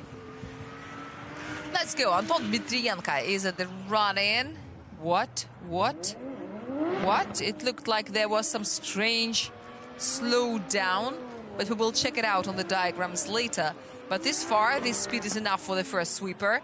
Then a transition, and with some corrections, The S15 continues running. Anton Dmitriyenko is trying to force his car through this track. Even though the behavior of the vehicle is weird, there's only one transition left and one checkpoint, which is called touch and go number 8. And here is the finishing line. It looked pretty slow, unfortunately, for Anton Dmitriyenko. Yes, here he is, here he is, here he is. Yes, continue. It looks like some bird of prey flying above the ground, hunting some little animal, because birds of prey cannot really carry any large animals. But, well, this time, there are lots of corrections, unfortunately. And the drive looks cool altogether. But we should not forget that we've got some objective parameters, which are the style. We've got the timing table. And if we apply the same to the run of Anton Dmitriyenko, the situation is, well, it doesn't look critical, but it's pretty anxious for the driver from Irkutsk. I remind you that at this moment he is on the bottom of the qualifying protocol. Of everyone, Anton Dmitriyenko is on the 11th point with 60.5 points, which means that in the first event, in the first run, he had very little score. He had -6 point penalty for the speed. I mean the average speed for each sector. And what he has got to do now is to work on this parameter. And how well he did this, we will find it out very soon. And it will be expressed through the numbers that we will see in our table. And now we're watching a comparative view. We can see him in both runs. And if we consider that these two runs started simultaneously, the second run looks even slower. And if we check the second sector parade, the second sector rating, the slowest is Artem Shabanov. Artem Shabanov. Could you imagine with 9.3 seconds? That looks very sad. But, well, this is definitely seen in his score. And Anton Dmitriyenko has got much more for the style than he had. And the angle is okay. And this is a 12 points improvement. And he has got 72.5. He's 2 lines higher. He jumps to the 9th line and he is out passing Artem Shabanov. Now, Dmitriy Shcherbina had 62 points from Avtoban, preparing for his second run. And now it's time to speak about platforms. Suspension-wise, this is a Nissan Silvia, not a JZX 81, but the wheels positioning is the same for Mark II. So this is a long base vehicle, which should be helpful. But the longest one is an E92. Dmitriy Shcherbina and his run number 2. Now he is doing a much sharper Furidashi, but one wheel is still outside. I hope that this is only one. And now Dmitriy Shcherbina is doing a transition to touch and go 3 and 4. Touches the white line. Did he feel it somehow? Why did he reduce the angle exactly at that moment? Dmitry is in touch and go 7. Then he does another transition to the last sector. This configuration is not very rich in transitions. But how rich would Dmitriy Shcherbina be in terms of score? We will find it out very soon. There are 4 transitions on this configuration. 1, 2, double. Yes, so there are 4. Oh, it is hard to tell whether it's 1 wheel or 2 wheels. This is on the edge, on the very edge. I think we had more transitions. We've had 5 or 6 transitions in some of the configurations, but it's not about that. But from this angle, we can definitely not tell how far behind the border we are. But the borders of the track have been violated, definitely. In reverse configuration, we had 6 transitions. Then it was changed into 5, but we don't have more than 4 transitions. In the spring version of Igora Drive, this is the record-breaking number of transitions. Number 100 is the starting number of Dmitriy Shcherbina. A beautiful number, indeed. I love it. A round number, because this was the first year when we could have 3-digit numbers. Now it's possible, so why not? And speaking about the number of transitions, let me remind you about the lengths. The overall length of the track is 857 meters, which is also the longest track. Last year it was 846. In some places, the track was made narrower, but it wasn't made any shorter. But the starting line was shifted, and now also the run-in sector has been made longer. Here, angle-wise, there are some questions, especially in the second sector. There are 2 wheels.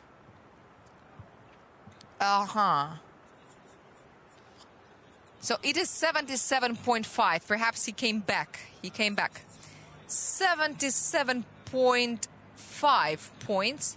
So if Artem Shabanov could breathe out, he's got to breathe in again because he's 11th out of 11 one more time. The situation is not the best here. Arkady Tsaregradtsev. Last year, he won 2 qualifyings here at Igora Drive. He has got 2 100 points. He's the leader of Igora Drive Motorsport, the mentor of the team on board his Nissan Fire Lady Z. And he knows what it really means to be nervous. Arkady Tsaregradtsev in the challenging weather, the run-in, the initiation, and another acceleration. Push in order to draw this beautiful curve through touching goes 1 and 2.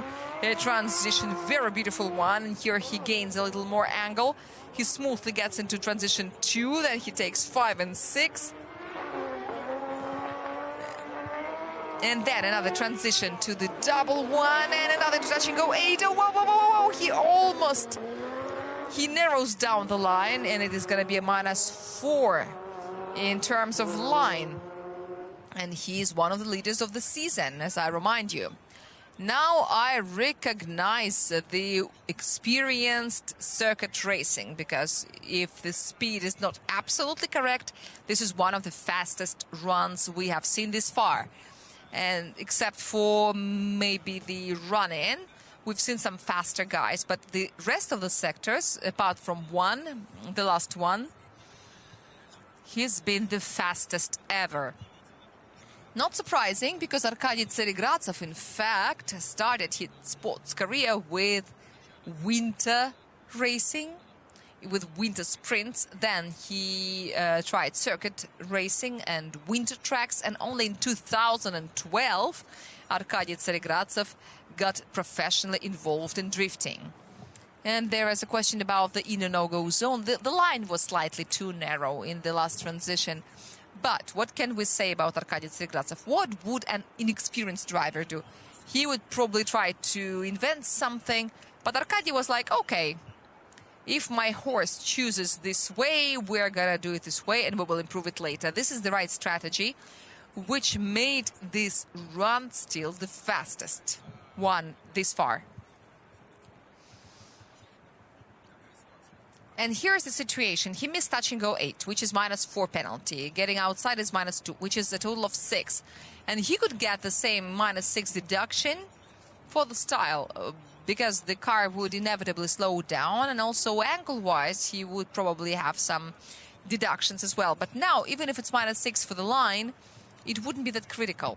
Why this strategy is so good? Imagine a tandem run. If the leader simply narrows down the line, it's a minus, it's a deduction, but it's not such a big problem for the chaser if he was trying to pull all the handbrakes and slow down and carry himself to the touch and go. First of all, there is no guarantee it would work out. Secondly, there's a great chance of making this run unchaseable, so it's better not to do it. This was said during the briefings, but the driver is not always listening. But this is the experience that Arkady has got, and he's got a lot of that experience. Sometimes Arkady Tsaregradtsev says it, speaks it up at the briefings himself. He is very responsible at the briefings. He perfectly knows the consequences. And once again, when the style was a kind of a subjective parameter, you could probably try to correct something.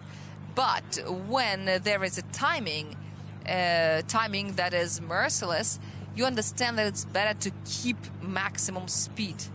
And also it reduces the distance, so it makes the run faster than it probably could be.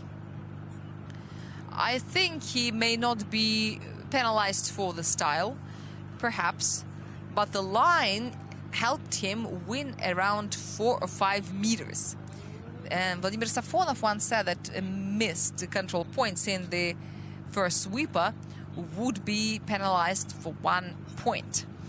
Not because it's a double penalty, but because it means that the driver is intentionally narrowing down the distance. He's shortening the distance, which makes it easier to perform the judge's assignment in terms of time. By the way, this is already the third group. Oh, wow, look at the style. That is great. That is the score that we've been longing for. And -4 for the missed touch and go number 8. And only 2.5 point deduction. And this, if not that goddamn clip, it would have been a 90 plus. 88.5 is a very decent result, especially in this situation. And he is third in the overall rating. And now we still don't see two flankers at the same event. Artur Zelony is now driving a flanker. This is a very, very rare breed of cars. In Start Per Stars, I'm all the only one standing. Sergei Kuznetsov, unfortunately, had 2 engines break. So now Artur Zelony is breaking into the scored section of the track, the first sweeper. And it is very interesting the way he does it. And now Artur Zelony is running to the first transition.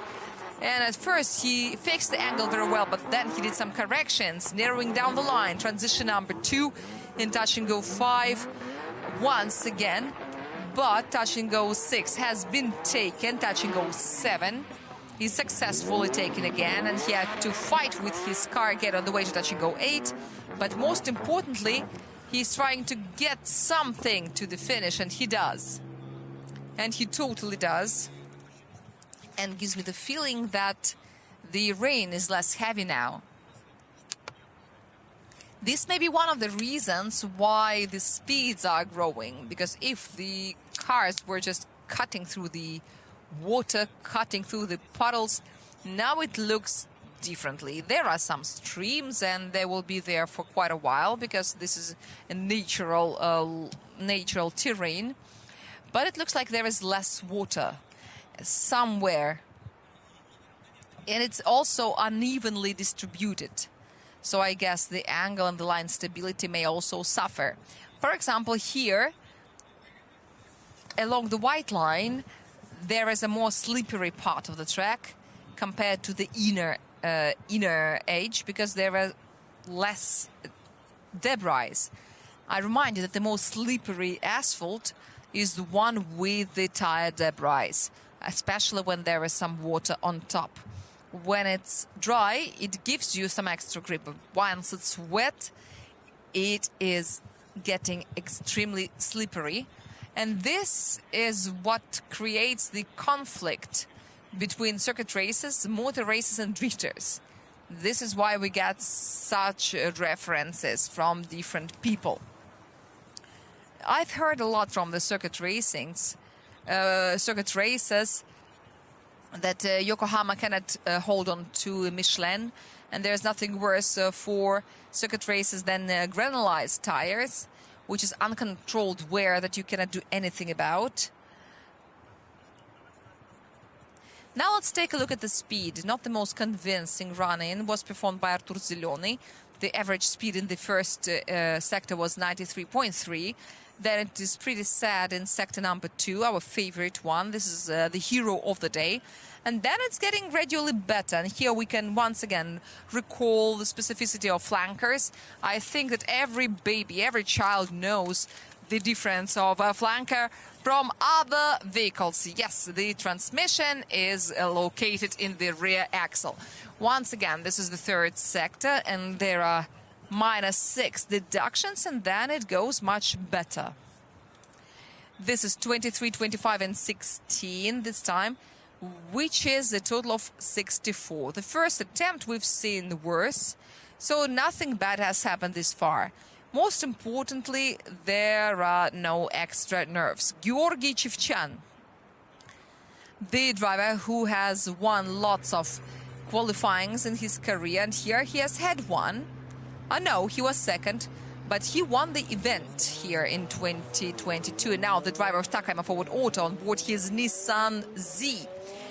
I'm sorry, Forward Racing Z. And together with him, we are running on the track. Georgy Chivchyan used to be the fastest during the dry practice, and you could see it with the naked eye. And you could also see it through the graphs and the diagrams. And now Georgy Chivchyan is adjusting very well to the weather conditions. He makes a transition, collecting, touching goes 3 and 4, fixes the angle, then a transition. Wow, perfect, but, well, a little bit too wide, some wheels outside, but he gets back to the track. Then touch and go 7 and touch and go 8. The double transition looks very dynamic from this angle. I don't know how it would look from the drone, but the frontal camera gives a very clear idea of the dynamics of how fast the last transition is. And now the drone. Yes, a very good acceleration. 104 kilometers per hour was the average speed. And then a very good sector number 2. But in sector number 3, the speed is falling, which is the longest sector, which starts at the first transition and it lasts until touch and go 6. So it is super long. And here you can tell that the car started falling off and Georgy had to save the situation. This is where he lost a lot of time. The handbrake, then the angling, and one of the few drivers who went very deeply into that linoleum, the drivers call it, but this is not linoleum. This is a part of the track laden with the debris. There used to be some artificial grass, but then it was removed because drifters are very well with destroying such kinds of materials because it may fall, it may fly around, and the artificial grass also costs some money for the autodrome. Let us not forget. And those rubber strips are also slippery, especially under such weather. Going there is not good. We're trying to see how many wheels there have been outside the track. I think at least one. Otherwise, I do not understand why there are so many replays. Or it may be also about the angles. There may be some questions about the angle. And what is also interesting, when the angle is growing like this, there may be a paradox that the driver is where he's supposed to be, but the rear wheel is not in touch and go 6, and touch and go 6 goes to 5 points.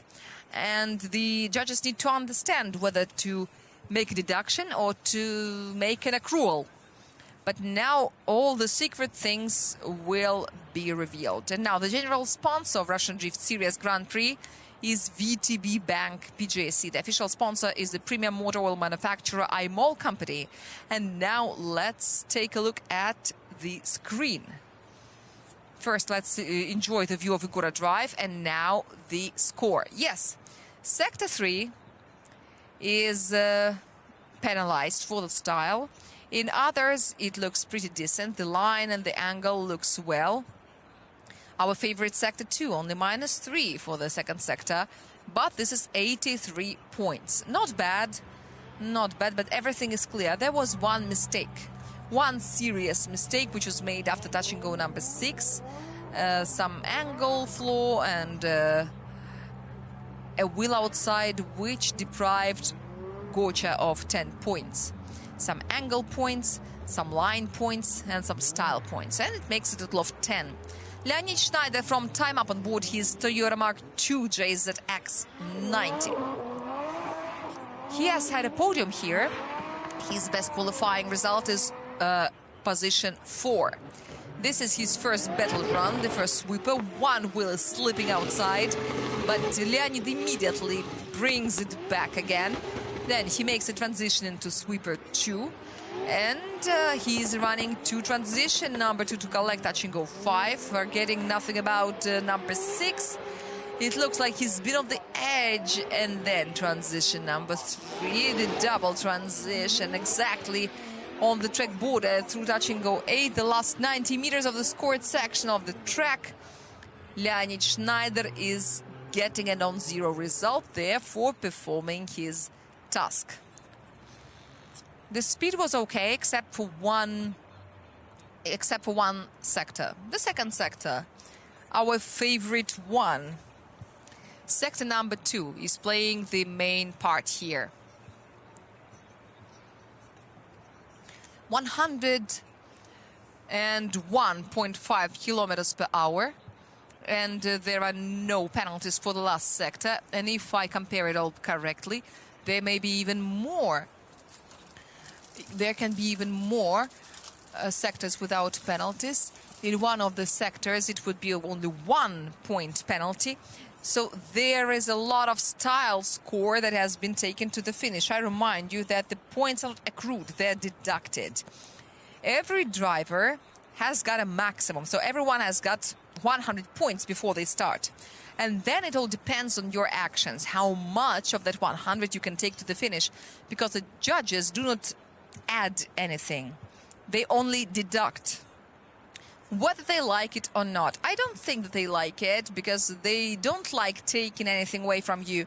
But this is the rule, and our judges are guided by the rules. And these are the World Drift League, the promoter and the organizer of Russian Drift Series and RDS Open, and the Super Cup of RDS, which is also the Russian Drift Cup, the official event. And it will take place in October, Rostov Arena, the first weekend of October. The tickets are also will be available very soon. So follow the Telegram channel of Russian Drift Series, subscribe, because other media may be playing some jokes on you, while Telegram is the only one which is chronologically correct. Sector number 2, what can you possibly do with it? The last one without penalties. 4th, minimum penalty. And what is happening with the second one? And 4 points for wheels. And this is a total of 85 points. You know, Sector 2 is kind of a troublemaker. Everyone looks like good boys, and Sector 2 is the naughty one. And now the second and the last representative of VS team. Unfortunately, they lost some participants on the way. Anatoly Kizin from St. Petersburg on board his BMW E92. This is his first year in RDS GP and at this configuration of the Igora Drive. Anatoly Kizin has been practicing hard in order to learn what to do here, and I hope that it's helpful for him. One wheel is outside, at least it's not 2, which is already good. Transition into the second curve, very nice and careful to minimize the risk. Then transition number 2, number 5. Anatoly Kizin works with very well, just like touching go number 6. And then the double transition. I wonder if the wheel has been outside or not, but the judges will figure it out. And we are happy to see the successfully taken touch and go 8 and crossing the finishing line with a non-zero result. Everything has been done correctly. Yes, somewhere he was careful, somewhere he was slightly smoother than he could, but at least this is not a zero score, and this is a little less of psychological pressure. And now the fog is back, the rain is over, and if it becomes hot, it will also begin evaporating. And there is also the touch and go 2. There are quite a lot of little holes in the bumper of Anatoly Kizin, and you could see his rear wheel from behind. What if we make the rear wheel of clear plastic? Then you would be able to see where the wheel is compared to the general position of the car. It would be very fun if anyone ever decides to make a clear plastic body kit. It would be real fun, I think, and it doesn't contradict any rules. Here are the ideas that I'm happy to donate. You could see what the driver is pressing, what the driver is doing. And speaking about Anatoly Kizin, the last two sectors, style-wise, look very well. I don't think that there will be no penalty, but at least it will be not too severe. It can be quite decent. The second sector is all the same. There is at least...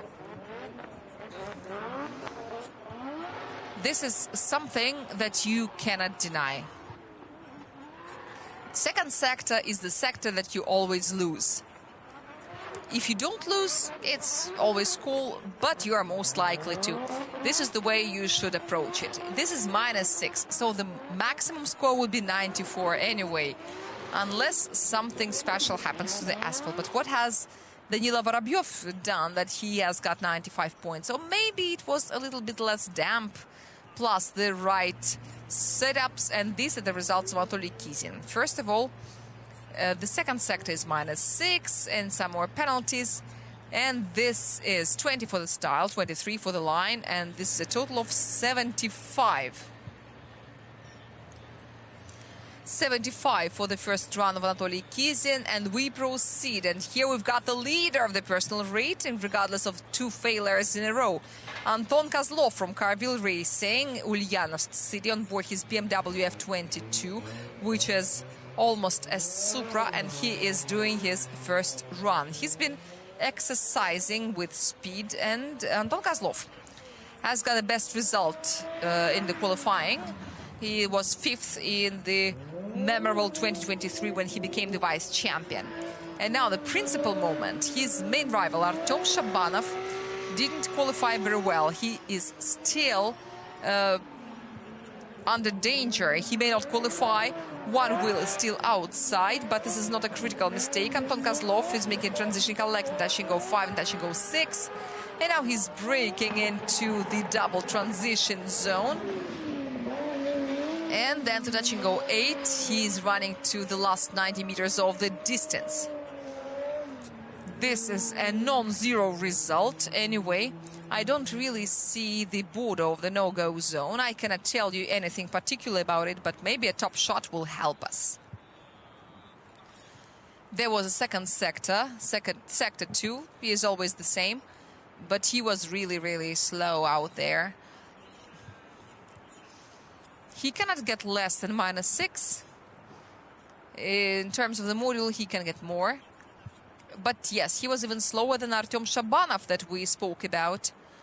And then, this is not the worst performance ever. I would say that this is his personal best in the last 2 sectors. Who could ever think, who could imagine it a couple of years before that we will take a look at this live timing system that is much more familiar to circuit races. We have all seen some circuit racing, and we all know what it's about. There's also motor racing when they're flying by,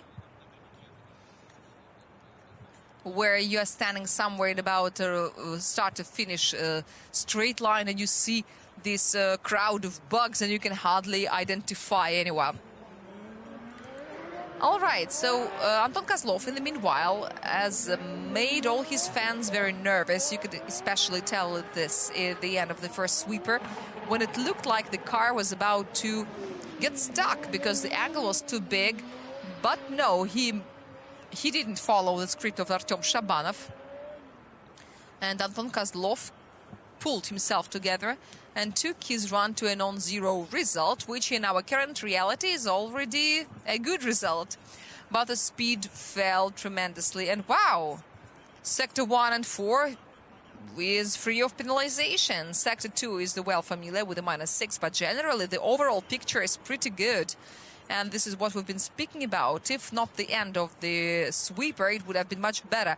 And this is 84 points, and he is 8th. Anton Kazlov can relax before his second run, and he can think about what he can do. And now we are watching the second run of Arkady Tsaregradtsev. He had 88.5 points. And in this challenging situation, this is one of his best runs. And during the warm-up, Arkady Tsaregradtsev set his speed record once again. So he's gonna take what he failed to take in the first run. The driver from Likara Держимый Motorsport, Arkady Tsaregradtsev, the champion of the year 2024 and the vice champion of the world. And this is his first sweeper. This is a real virtuoso performance, and the first transition is already on, and look how he is gaining more and more angle, but no, he is not crossing the border of the reasonable performance. Now he's already in the double transition area. He had only one problem in the previous run, which was the final sector. Now Touch and Go 8 had no chance of missing it, and now the last meters of the distance, and Arkady Tsaregradtsev is in the zoom in so that we see nothing except for his car. The speed is great. The speed has taken off.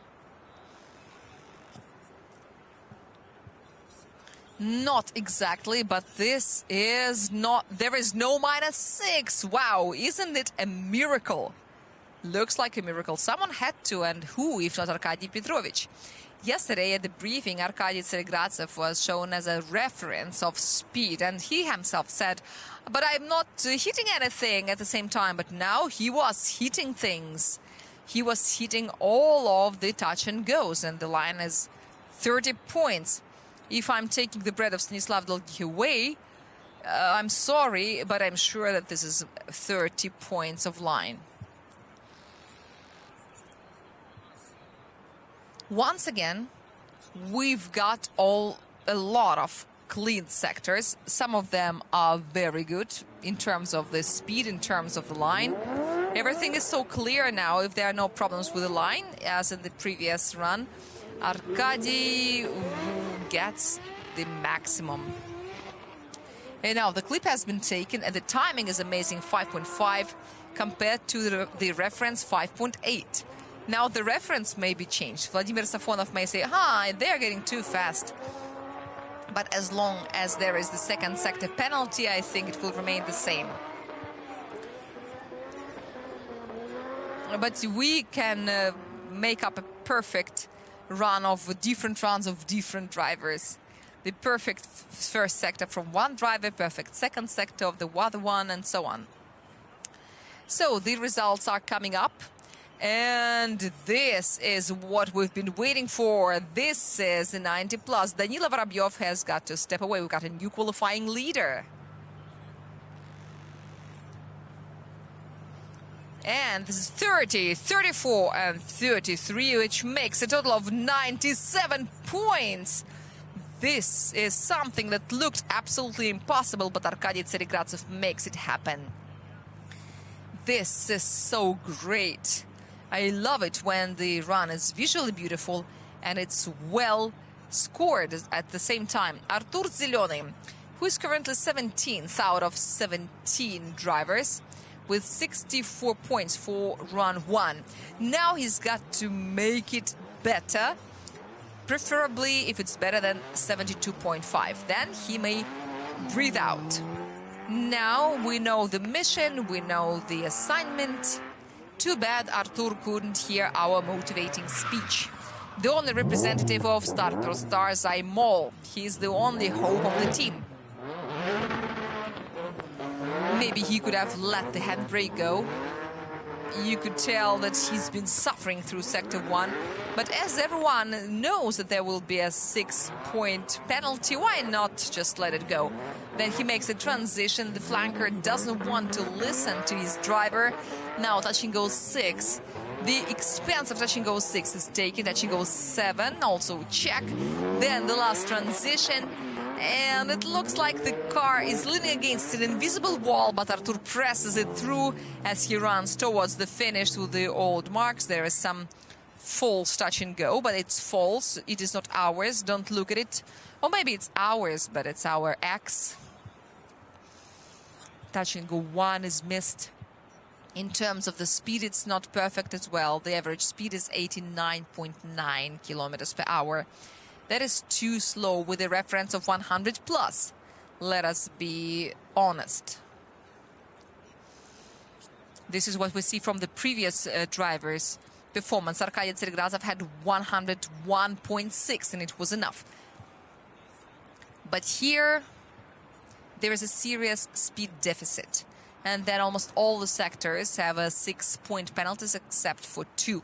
So this is, well, we know that there are only 5. Speed-wise, there are 5 sectors, which means that in 3 there will be minus 18, and 1 will be clean, and another one will be penalized. But we will now see it all on our screen in our beautiful table.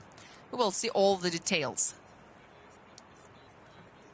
There are more and more numbers, and sometimes it's hard to analyze, especially when there are lots of penalties. When there are little penalties, there is nothing to read, and this is what I love most of all.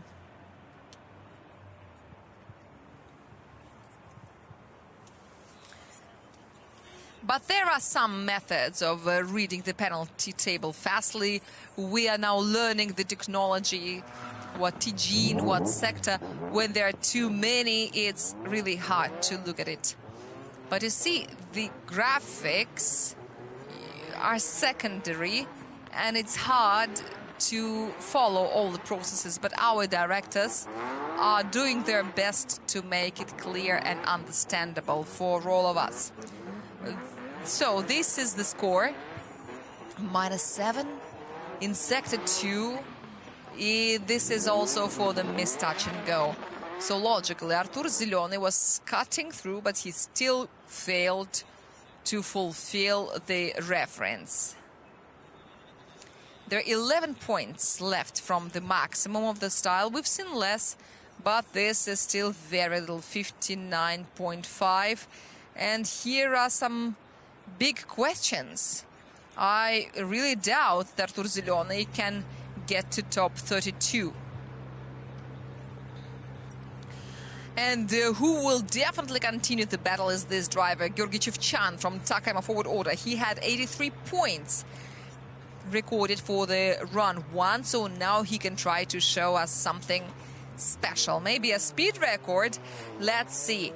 The first run was pretty lean with some violations, but anyway, the most important thing is stability, as we remember. And regardless of having one wheel outside, I'm sure that Georgy Chivchyan has learned his lessons. You could tell how he's sliding along the white line, taking the touch and goes, transition number 1. And we want to see Georgy Chivchyan in the round touch and goes 5 and 6, where the only relevant problem occurred, and here everything is very good. Even though he touched the white line with the wheel, then he takes touch and go 7, and the last transition touch and go 8, and once again there will be a question about the 2-point penalty, because the rear wheel moved outside in a dangerous way, but now he crosses the finishing line. This is a productive run, but how productive it is, we will see it very soon. The run is good with some penalties. Speed-wise, there will be some penalties, but it will be a very solid result. In some moments, Georgy Chivchyan didn't get as good as Arkady Tsaregradtsev, who is now our reference, because he's the leader of the qualifying round. This is exactly the driver who is the best in the third sector.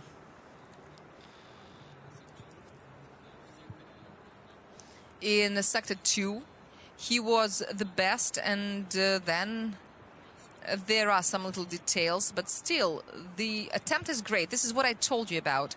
As soon as the driver realizes that he is definitely in top 32 already, he can go for a risk. This is the moment when the driver feels some wings behind his back. And Georgy Chivchyan has got lots of wings on his car. You see those extra transparent sides. Well, this is an anti-spinners. These transparent plates are Krasnoyarsk know-how.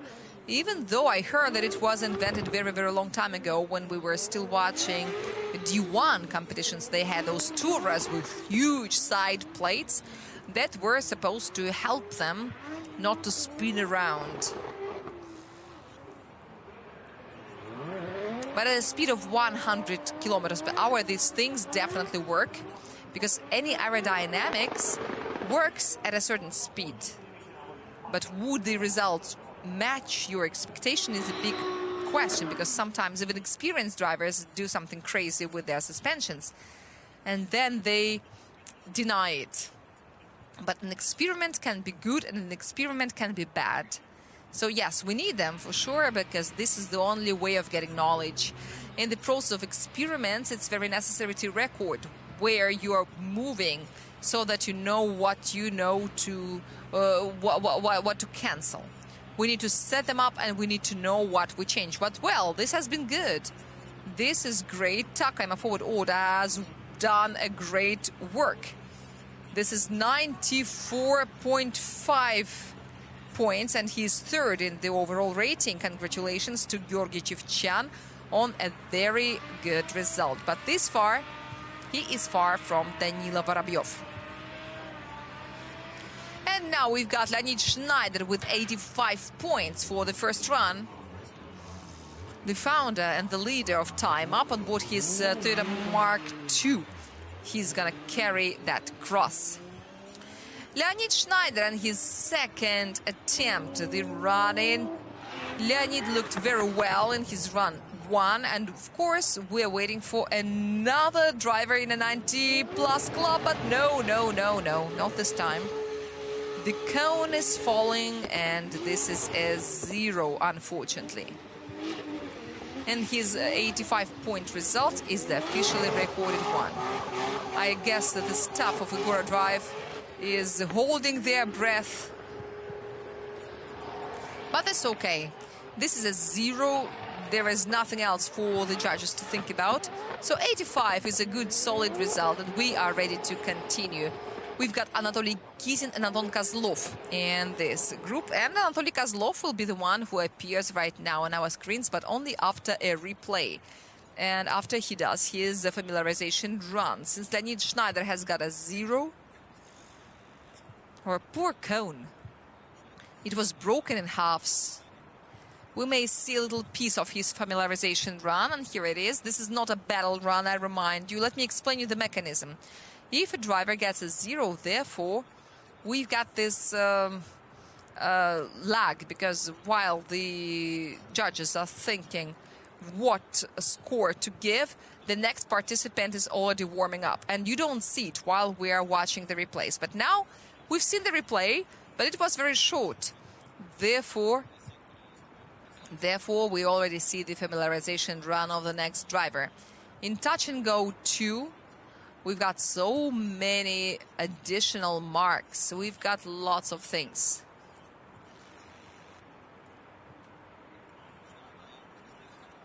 And the fog is coming again.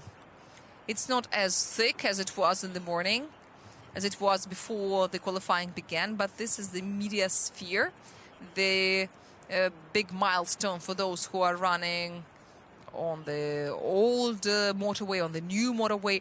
The media sphere is something that you see very well, especially at night, and this art object is hidden with the fog. You can hardly see it, but we see the start at least. This media sphere is like a lighthouse.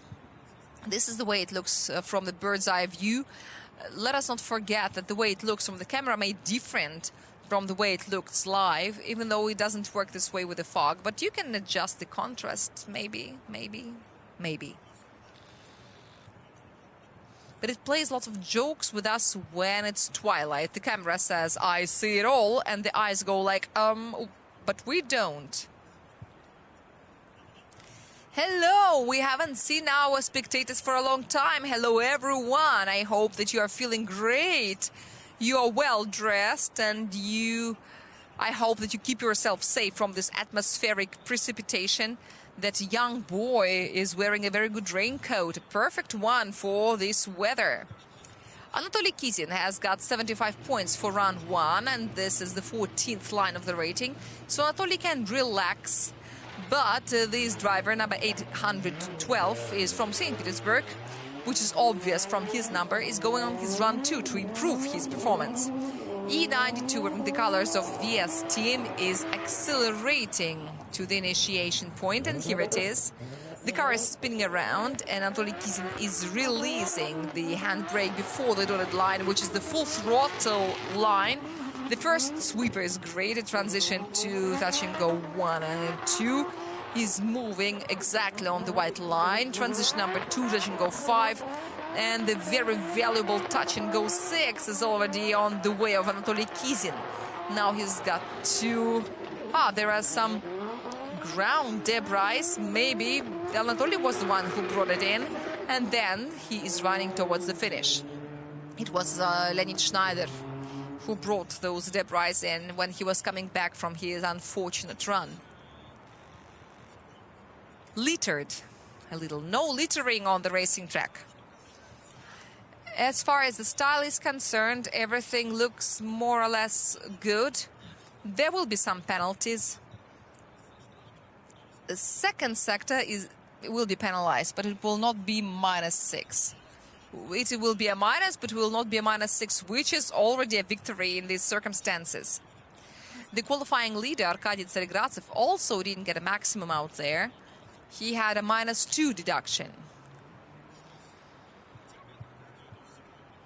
But he had only 3 points penalty, all in all together, for all the criteria. So if you think that the judges' role have been devolved, you are absolutely wrong. It is not like that. First of all, you've got to write the correct numbers that reflect our reality. This is why you need a lot of experience.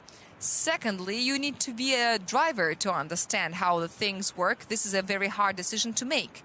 You need to know how to operate all these figures. You need to know what references to look up to, or maybe you've got to develop another set of figures. So Vladimir Safonov's life is not getting any easier. Yesterday, at the end of the day, I was sorry to look at him. He was so miserable and so tired, so Vladimir Safonov needs a lot of support, and so do his colleagues. Stanislav Dolgich, Mikhail Davidyans, Andrei Pauli, and also their colleague Alexander Yeshayev, the operator of Drift Dynamics. If we forget about these numbers, looking at the run performed by Anatoly Kizin, it is much better than his first attempt. You cannot say that it is a whole order better. Well, you could probably do if someone gets 2 points and someone gets 20, then yeah. Or if it's 10 and 100, it is one order better. But look at this beauty, wow. This is what we've been longing for. -8 for the style, yeah, and only -1.5 for the angle. So this is 9.5 point penalty, which is a 90 plus. For a second, 90.5 points. The best qualifying for Anatoly Kizin ever. His best qualifying this season. He is currently 4th, and he is standing on the threshold of his best qualifying performance. Anton Kazlov is currently 10th in the rating, and now, of course, he is longing for an improvement. He will do everything to get maximum speed and maximum precision. Anton Kazlov and his attempt number 2, 84 points, as I told you, for the first run. Here is the initiation. He doesn't release the handbrake, but he does at time. And then we're looking at the second sweeper. It is not correct. It was not correct in his run number 1, but this time he's doing much better. Anton Kazlov is going on his second transition, collecting touch and go 5 and touch and go 6 as well. Now he's got to take this double transition and the right turn on the way to the finish. Touch and go 8 is on the agenda. Yes, he reaches it, and the car squats following the actions of the driver, and he crosses the finishing line. And we go to the replay and waiting mode. It's getting much foggier. It's good that the car is orange colored. We can see things. It looks like the car is wearing the technical service bib, or like the media bib. The people watch so that you can see them from a distance. So if you are doing anything wrong on the track, we can see you. You are being watched. So, 73, number 73, Carville Racing driver, and also the leader of the personal rating. And here is an interesting fact. The leader of the personal rating, Anton Kazlov and Artem Shabanov, the two of them do not stand out with any extra speed. I would say they're closer to the bottom of the speed performance, but here is important. On this type of weather, both Artem Shabanov and Anton Kazlov cannot handle the rainy weather, even though I'm sure that they will make the top 32 and the top 16. We will see the real suspense. Tomorrow we've got a very high chance of good and dry weather.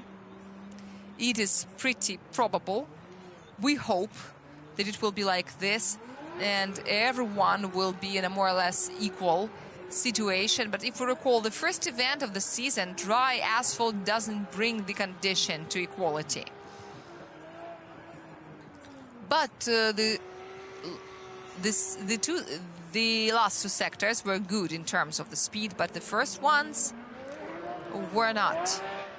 But it will be interesting to see how it looks in top 32 and who they hit if they make it to the tandem battles. It will be all very interesting. And here's a fun remark. The front suspension is a Supra A80 in both of the cars. But there is also Maxim Grossman.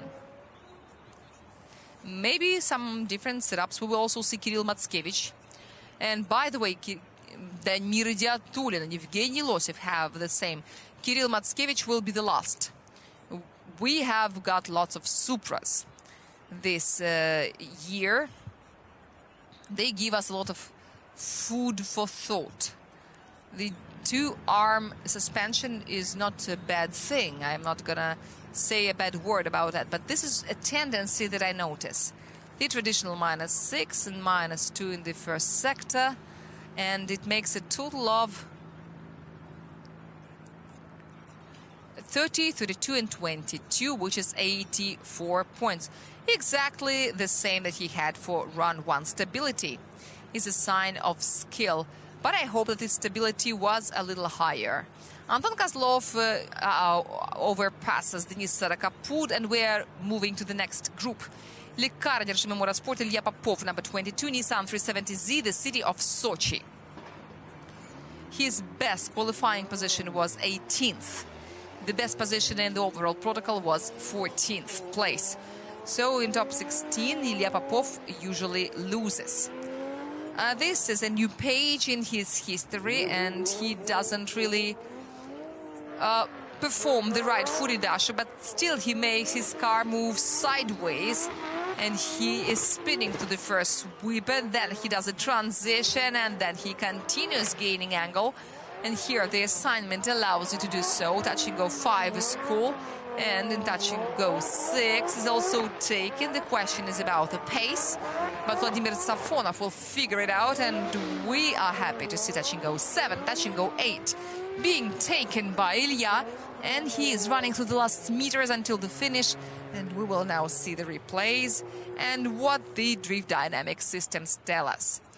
All right, so speaking about the battle of the two brothers, Vladislav was faster, but it was at the beginning. In the first sectors, Ilya will have some serious penalties, which is inevitable for some reason for many drivers. And you could also tell that this fog also makes it wetter, because the fog is also water, some droplets of water. The situation is interesting. The weather is weird. Of course, we would prefer the weather situation to be boring, but we don't have this opportunity.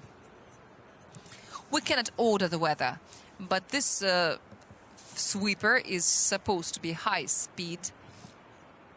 But the wetter the asphalt, the more is the influence of gravity, the harder it is to run faster on the sweeper to improve your timing. Let us not forget that out there the drivers are running pedal to the metal, and therefore a lot of debris are pressed into the asphalt, and when it's wet it gets very slippery, which is a problem. For example, in Nizhny Novgorod there is an antidote. You just switch half a meter outside, inside, but the touch and go is also a little bit bigger. So once you shift, you get a lot more speed, but there is another problem, which is the fact that you cannot switch too much inward, because otherwise you will be pulled inside and you will miss all the control points. You will fall in a line and the speed and everything will suffer. And the windshield of Ilya Popov, for example, was made by Artem Leytis and his team. So here is the result. 2 sectors with maximum penalty, -6, which is -15 for the style, 30, 30 and 20. Very easy to count. 80 points for Ilya Popov.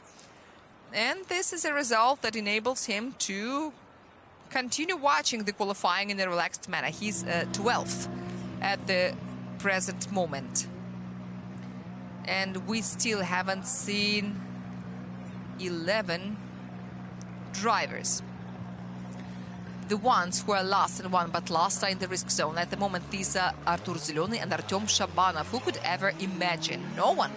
Danila Carabagatov, another champion of Winter Drift Battle, a driver of Lukoil Racing Drift Team, another E92. So now let's see how good a long base can perform here. On the example of Anatoly Kizin, you could tell that it's not bad. One will try to escape, but Danila Carabagatov didn't let it happen. He represents Lukoil Racing Drift Team in the city of Tomsk. He fixes the angle very well after the first transition. He's running to the second one to meet his touch and go 5 and then touch and go 6. And then he's moving towards the double transition. This is the second part of it, and then Danila Carabagatov reaches touch and go 8. There's very little left to the finish, and this is the white line. Great. Well, this is great performance, but you know what the worst thing about this? During the warm-up, Danila Carabagatov showed a great second sector timing. If he did the same, he wouldn't have been penalized. In the battle run, he ran slower, but it wouldn't be the maximum penalty. It would be average, but pretty tangible. It would be at least 2 points, maybe 3. So here is the situation. He was close to perfection in his familiarization run. I wouldn't say that he failed it or something. I just don't want to jump to conclusions. But you see, it looks like the second sector is the focus of everyone's attention, and especially ourselves. And if someone doesn't get a penalty out there, we will definitely celebrate. But here's what's interesting. During the warm-up, he ran faster, but during the battle run, he ran slower. 10 kilometers per hour slower, because he was about to cross the track border. The line was wider, and he had to use the clutch in order to push the car back to the racing track. And once you've got one wheel outside, you can just continue running. All right, so here we are. There is a penalty. It's 3 points. It's not maximum. 2 points in sector 3, 1 point in sectors 4 and 5, and 1 wheel was still outside. So this is a total of 88 points. He is 6th in the rating, which is a perfect result. I wish those 3 points hadn't been deducted. Artem Leytis, that we have already mentioned in a very unexpected context, a driver of Carville Racing, who yesterday tried his backup car, but his principal breakdown wasn't that serious. The pump has been replaced, and the car has been brought back to the race. He is doing his first battle run on board his SX, and he is running to the initiation point, which will happen in 250 meters. The yellow headlights look especially symbolic right now, because this is an anti-fog color. Artem Leytis presses the throttle pedal, collecting touch and goes 1 and 2, sliding beautifully along the white line through the first sweeper. But nevertheless, you can tell the next two clips have been successfully taken. And the driver is feeling at home here. Here he crosses the border of the track. Would he be penalized? We will find it out later. And just look at the distance at which the camera is looking at the double transition area. Here, Artem is running through the last meters. But you see, from a big distance, you see a lot of fog.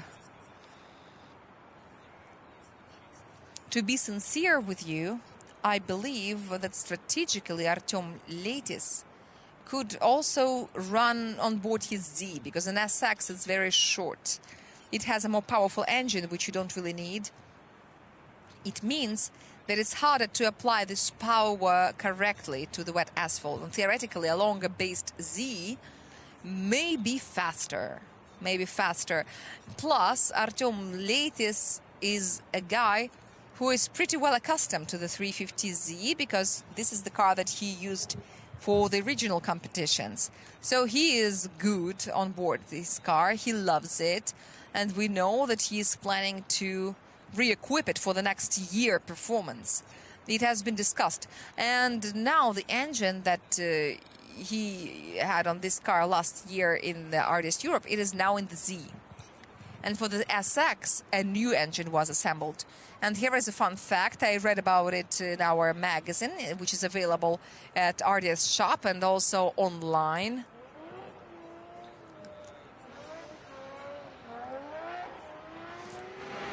So I read that initially that body is not a 200 SX, it is a 180 SX. So initially it was a right-handed car, that the steering wheel was shifted to the left, making a 200 SX out of a 180 SX. There are also some details about the engines. This is a CA80, because only SR engines have been supplied to Europe. So here are some interesting facts about the car. You can buy the magazine at RDS Shop. You can order it online, and the number of copies is limited. It has some beautiful pictures, high-quality paper that can stand this kind of weather, and there are some spaces for autographs.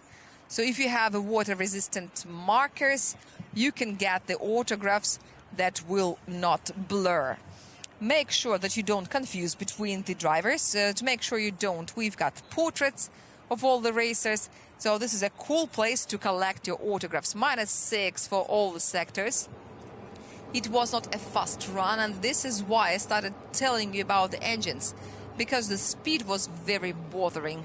There's only 9 points left for the style, and it is a total of 64.5. Artem Leytis is now taking one but last line that Artem Shabanov wanted to escape, but there is also another attempt that he's got.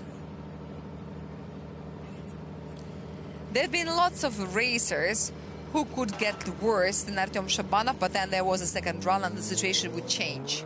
Here's another driver of Carville Racing, Grigory Burlutsky from St. Petersburg, a master of sports, for your information, and a winner of RDS Europe.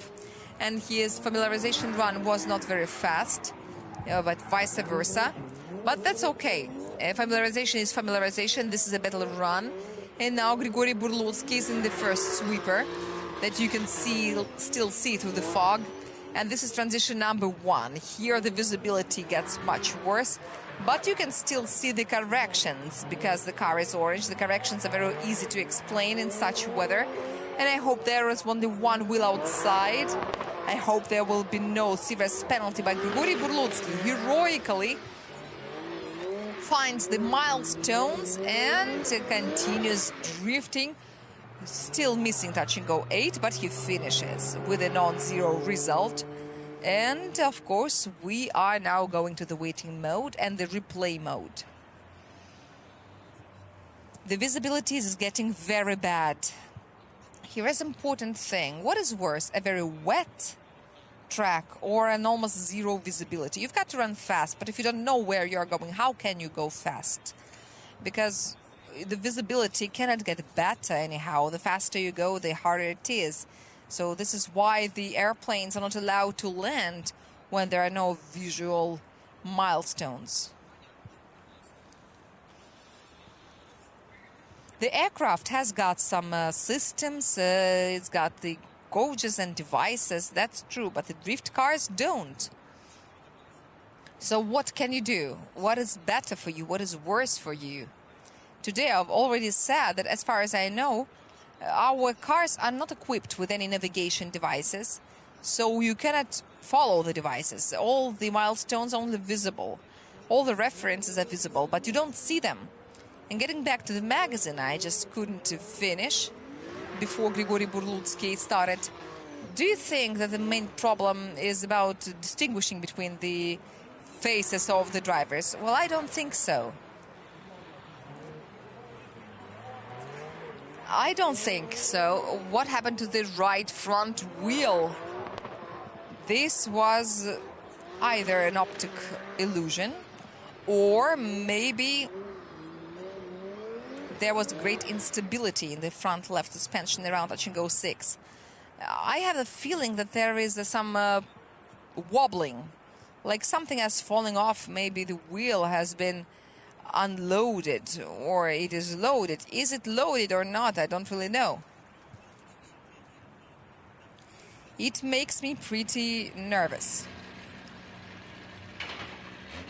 I hope that the team figures it out. Sometimes it happens, but the cars with the front axle are more vulnerable to it. 11 for the style. So this is a total of 63 points. Yes, it is 63. And here the competition begins. The competition we told you about, but here is one more run to do. So I want to warn our spectators, and I would warn myself against jumping to conclusions. But now my anxiety is getting stronger. Grigory Gusev from the city of Nakhodka, Lukoil Racing drift team in his Supra A90. This is the run in, and now the red livery is not seen as well as the orange ones, but there are some white elements that allow us to make him out. What happened touch and go 1 and touch and go 2? The initiation was slightly too narrow, therefore he makes it harder for himself. Now the second sweeper is taken, touch and go 5. He's making it touch and go 6. Then another transition to touch and go 7. And he's crawling towards the clipping zone. Touch and go 8 is taking. And now he is running to the last jump towards the finish. And we will now study and see what happened out there. It's not about the speed that was too slow, but the second sector was 8.1. As far as the run is concerned, I believe that Grigory Gusev decided to apply this strategy of shifting slightly inward in order not to hit the most slippery part of the track, the outside part, the outside edge. And it almost worked, but maybe he shifted too much. I also noticed that on the rear axle, the wheels are very narrowly set, which sometimes is good for rains. The arm is shorter, and the shorter it is, the easier it is to break through this water film to make the grip stronger. In the previous events, I've seen drivers experimenting with this, and particularly the mechanics of Grigory Gusev did it, and it was effective. You see, the fastest sector was sector 2, but it was too narrow. But, you know, this is about centimeters. 10 or 20 centimeters wider you go, it wouldn't be as radical for the time, but the 2-point penalty for the style, that is very likely, and -8 for the line can be more serious. This is already -10-point deduction for sector 1 alone, or first 2 sectors. But what is interesting, the first sector and the second sector are more or less the same in terms of the value. Very soon we're gonna make a test, dear friends, so you should write everything down and learn it.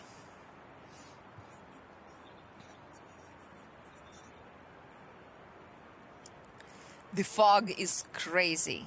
You can see clots of fog, but down there it's opening, which means that the drivers will see at least something, and I hope that we make out the drivers as well. The fact that we see the judges' tower already matters. You see that there is a big gray spot. That is the VIP stands. And then that little white spot is the judges' tower. So there, right in the fog. And there we are. What? Why? Why so? That is a mystery. We need to take a look at some chat. A straightening. Ah. How come I didn't see it? All right, we trust our judges. Ah, I think I know. It was before the double transition, perhaps. Roman Tivadar is on our screens, and we see his forward racing S15 with a custom front suspension. He won his first event at Igora Drive, and that was his first season, his rookie season, and immediately a victory at a new configuration. In the meanwhile, Roman Tivadar has changed his car, and the assignment has been changed. The only thing that is unchanged is his will for the victory. On the edge, he still collects the clips, then he makes a transition, fixes an angle with some little fluctuations, and one wheel slips outside the white line, and then it is back. It is safely back, and Roman Tivadar is making a transition that should go 7. The last transition to touch and go 8 is left, and the last jump to the finish through the last 90 meters. Be careful, don't straighten out. The idea of Roman Tivadar was very good. I mean, the first transition, the way he threw his car, the way he tossed it. You could see a little jump that the car body did. And then I think the transition was a little bit too fast, which brought his car outside the track. And together with that, he slowed down, losing the precious time in Sector 3, if I'm not mistaken. And there, a lot of time has been lost, but the rest of the sectors were taken quite well. But let us not forget that Roman Tivadar is also a driver with a very rich circuit racing experience. He used to be an instructor, a coach at Sochi Autodrome while it was still working. With great love, we recall this track that we had to leave, but it was not our own decision, as you know. We said goodbye to this track in 2024. We didn't know it was our last race, so we didn't cry, we didn't sob. When the Neva ring was getting closed, it was much sadder. But now we've got lots of other reasons to be happy. Let me tell you that the next event will be a big milestone in our history, because today we have heard a little hint about it. Everyone who listened to me correctly, please write in the comments what you think I'm speaking about. And there is a fog once again. We see the judges' tower worse and worse. This is all about the terrain. There is a little hollow where the fog is going. We're waiting for the score, and here it is.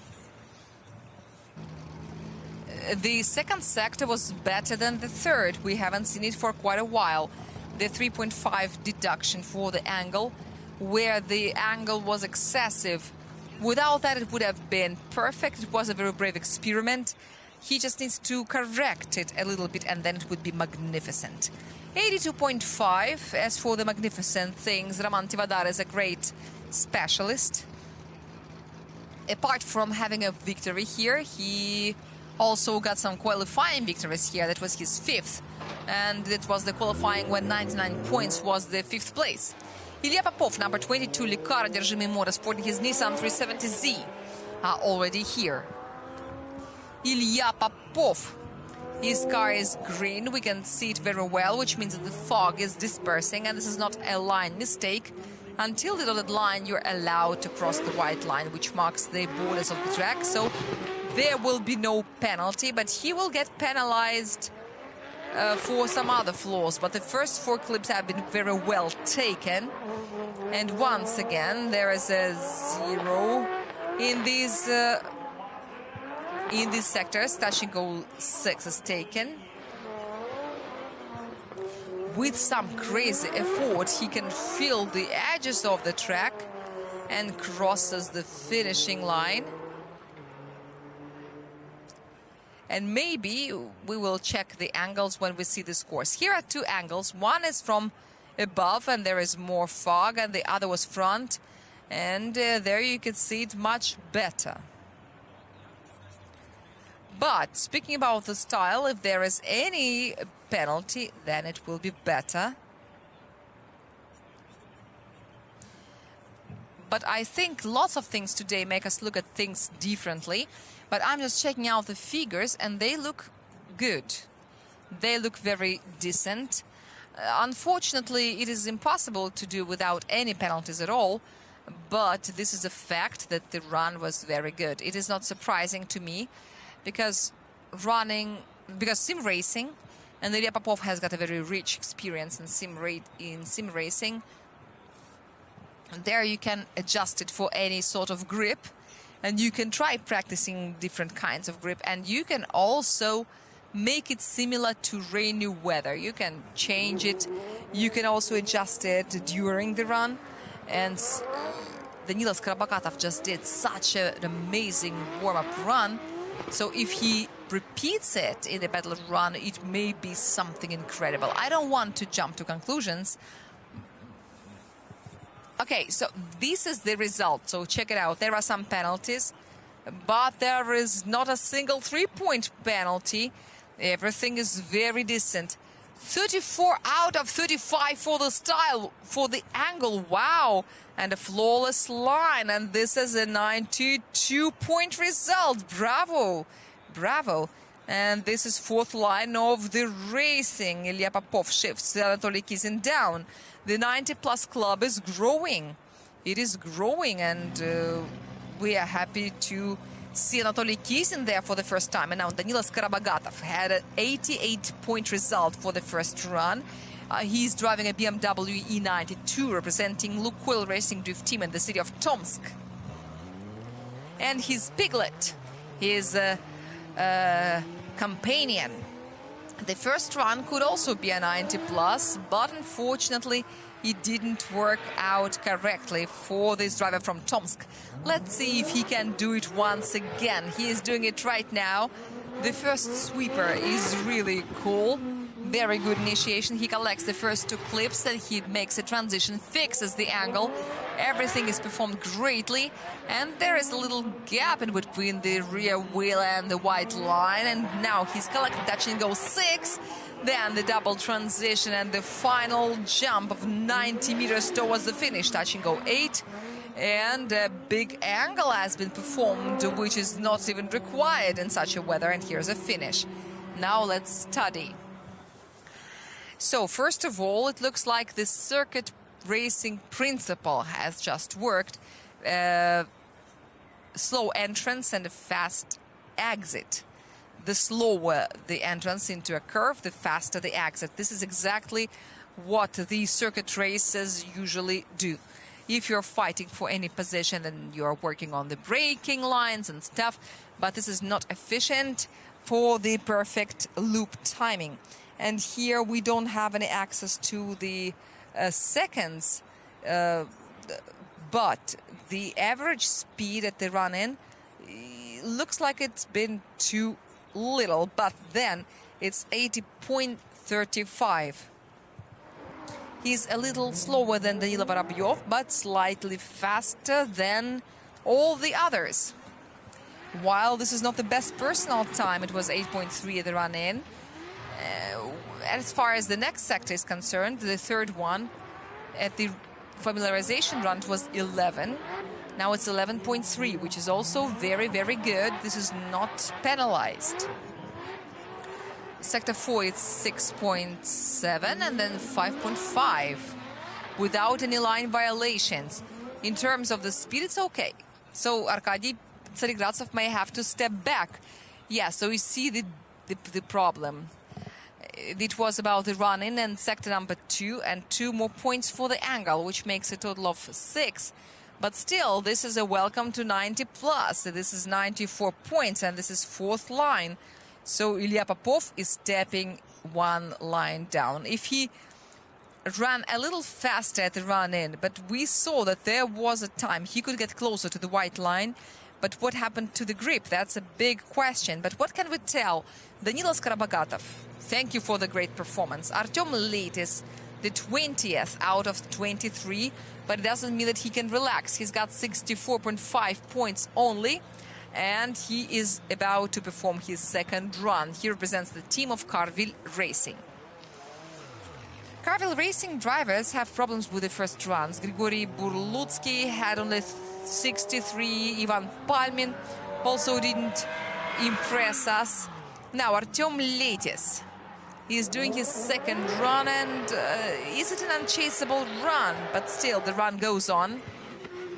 Even though he misses touch and go 2, now he's approaching the first transition. And after that, he's going to transition number 2 in order to collect touch and go 5 and touch and go 6. Presses the accelerator. I don't know what happened to the border of the track and the clip. We are welcoming him to the double transition. Now focus a little better, touch and go 8. He almost crosses the line, but no, I don't think so. There will be only 1 sector penalty free, and it will be sector number 5, because the initiation is kind of bothering. Even if it's not an unchaseable run, I don't think it is any improvement. It's going to be very hard, unfortunately. And here it's time to think of the spare Z. Maybe it wasn't set up, but this is 86.6 degrees, or maybe it's 87 at the initiation. You cannot do it without any speed loss, and the speed fell to some indecent 63 kilometers per hour. And the slowest part of the first sweeper is its end after touch and go 2. And there you're supposed to have at least 70 kilometers per hour, and it was 64, which is a drop from 100. Imagine a tandem run, and not crashing into such a leader would be very hard. You may have to jump over it, but this is not an unchaseable run. So there will be some score. I wonder how this run can be scored, and I would be interested to see how a chaser would mimic such a run, but this was sarcasm. Here you should notice that in such conditions, the drivers are being very careful. Secondly, no one's going to run faster than the leader, right? This is a significant mistake. This is not even a rough mistake. But speaking about the angle, but style-wise, this is bad, okay? Still, we're happy that there will be any sort of result, because Artem Leytis needs an improvement. 64.5 points is very, very little.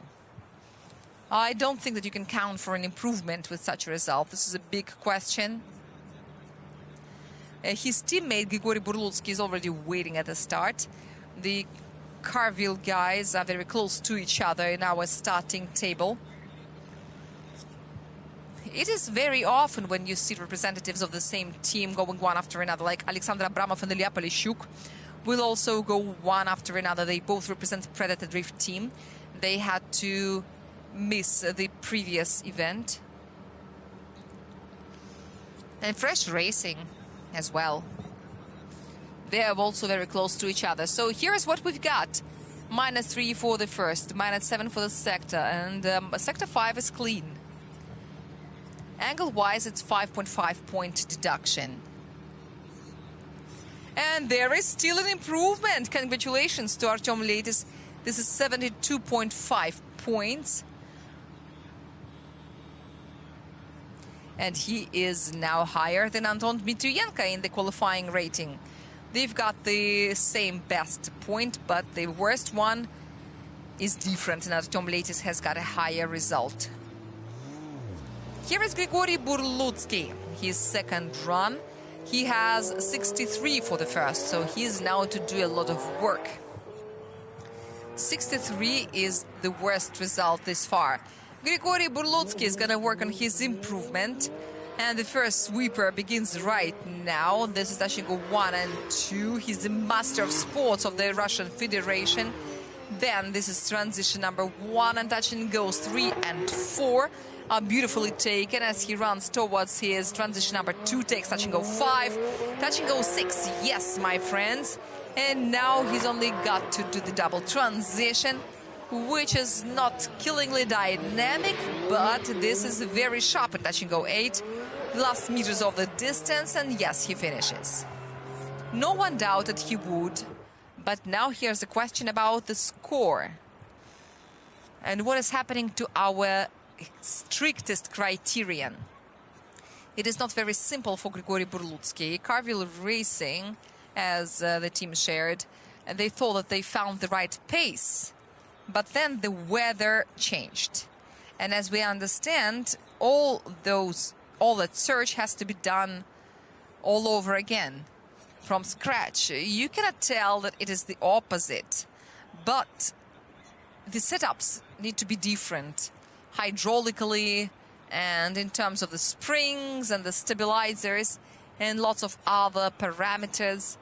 We still don't know if we need at all. We remember ADM Raceway when Federica Sherifa said that everyone has got to screw the stabilizers off, and Evgeny Ruzheynikov won that event back then. And it is even more curious that Federica Sherifa was one of the participants of Russian Drift Series. He was even second at one of the events. But I think maybe it was a cup, not an official event, but he was with Timofey Kosharny, with one of the fathers of Russian Drift Series. They united into the same team. It had an abbreviated name, which sounded not very decently in Russian. But this is not a filter that was applied on the picture on the left. This is exactly the way it was. Now it looks the way it looks on the right. It is clearer, but it's darker. This is our midday. It's 5 minutes to 1 local time, and this is the situation. This is something we cannot do about. But us, Homo sapiens, are the top of the evolution, so we've got to adjust. We never give up to the weather, because after all, even if in Krasnoyarsk we manage to survive, we can survive it here as well. Grigory Burlutsky, first sector, -1, then -6, -6 again, and then it's much better, -3 for the angle with the perfect line. And this is a very good result compared to the first. And this is 82 points. This is an improvement that raises Grigory Burlutsky to a higher position in the rating. And Grigory Gusev shows a productive run. Artur Zelony may be expelled. All right, I don't want to jump to conclusions anyway.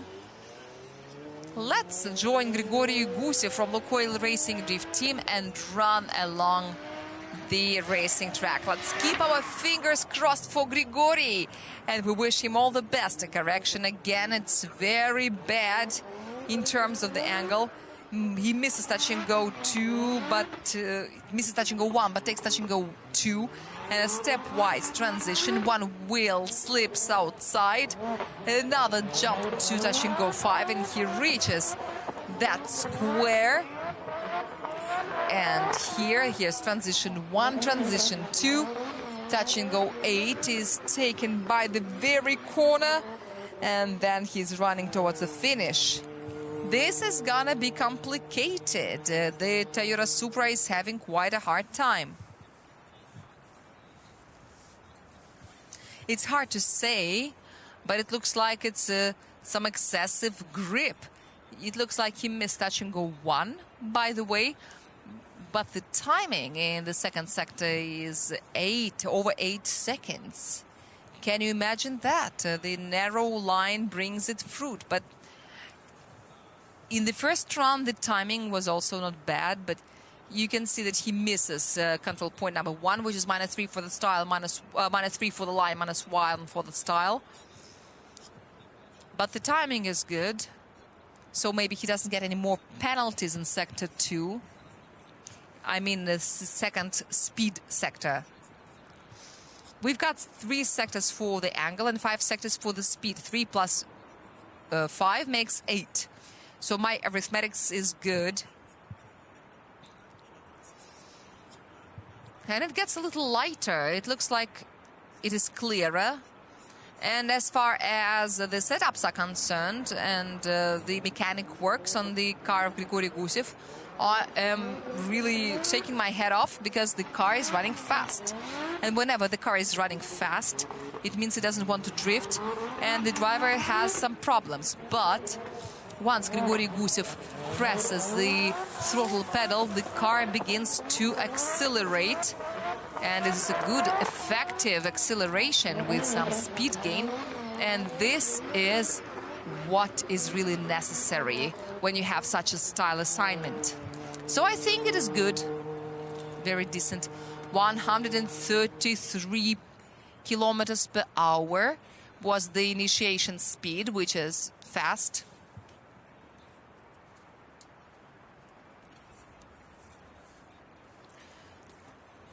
From the 37 meters mark, the speed has been pretty good. And this is where the initiation occurs. And now the results are coming up. This is definitely not a 0, even though the initiation looks weird. And let's be honest, the transition haven't been very clear. But anyway, this is a really outstanding driver. And all of our drivers are very skillful. Even in such a situation, when they don't really hit the right setups, they still manage to drift through this court section of the track. And under this psychological pressure, when you have 1-0 for the first run, they still pull themselves together and show some good performance. I wouldn't say that they didn't hit the right setups. I wouldn't say it. But I think that Grigory Gusev didn't expect such a grip. He's got 30 for the style. Wow. And 27 for the angle. The line, unfortunately, has been penalized. 2 clips have been missed. And also a wheel outside. But still, it's much more than a 0. This is 79, which is 16th line. This is a ticket to top 32, which is guaranteed. Absolutely guaranteed. And now here is Roman Tivadar and his second attempt. He had 82.5 for the first one. And this is 13th line at this moment. And some powerful potential. The driver on board his S15 is going on his second run, and we're waiting for his results. We can't wait. We are very impatient to see. Roman Tivadar is running through the rain because the windshield cleaners are working again. It's time to do the transition, and here it was very risky, and the risk didn't work out. Now Roman Tivadar is careful. There is more water than there used to be, but Roman Tivadar is not someone who would be intimidated by it. Then he makes a transition, the touch and go 7, and the final transition for the driver of Takayama Forward Auto team, and the last jump towards the finish. And yes, he takes this result, and what result it would be, we will find it out very soon. As far as the result is concerned, in terms of the time, once again, sector 2 spoils the entire picture. Even compared to the familiarization run, Roman Tivadar was running slightly slower. And the situation, the weather situation has got worse. The visibility is bad again. And secondly, there is too much moisture on the track, too much water. And this is a drone seen from a drone. Wow. Exciting. Is it a recursion, or while they're supposed to be shot by some other camera, maybe a satellite? And once again, we compare two runs and two conditions of weather with a difference of 20 minutes. This is how fast our weather changes. This is how radical it can be. This is St. Petersburg, baby. Even within one and the same run, it can change. Here he is inside the cloud again, but getting out from the cloud is also visible. Last year, after the end of the event, which was also pretty challenging, we had to come back to Igora Drive, and these were the pictures that we took, but it was in May. The weather was also not very good, and the next day we saw something like this. We couldn't see anything. So -14 for the style, and the rest is better, the maximum for the line, 31.5 for the angle, and the total is 82.5. This is exactly the same as he had, and 13th place. And I would like to draw your attention to this green rectangle, this vertical rectangle, which is a signal system for the drivers. I will tell you more about it a little later. This is Alexander Abramov, Predator Drift Team. He's from St. Petersburg, and he's Dodge Viper V10 under the bonnet. And the name of the car is Berserk. The power of the car is slightly excessive, and in such weather it is twice excessive. Plus the weight is pretty big, but the look is very monstrous. Alexander Abramov, who after one missed event is coming back to RDS GP, is running through the first sweeper. Then he makes a transition, highlighting the asphalt with his yellow headlights. And then he makes a very sharp transition to touch and go 5, and he fixes the angle and collects touch and go 5 and touch and go 6. Then there is a double transition through the fog, which is getting thicker and thicker. And then through touch and go 8, he's running towards the finish. Alexander Abramov, yes, there is a productive first run. Congratulations. I also wanted to say that the exercise has been finished, but it was more of a torture, because in some places you could tell that Alexander Abramov was having very hard time keeping the car under control. This is all about the weather. For example, here, and there have been lots of difficulties because the car is heavy. There's a lot of inertia, and when it's slippery, the inertia is your worst enemy, because you have a car and there is that force that is pulling your car somewhere, and you cannot do anything. If you press the acceleration, you may spin, or you may get outside the track. 1,300 plus kilos, which is the heaviest car in RDS GP, with a maximum of 1,500 and the minimum of 1,250. And the absolute records breaker was a participant of RDS Open from Krasnoyarsk, 1,400 something.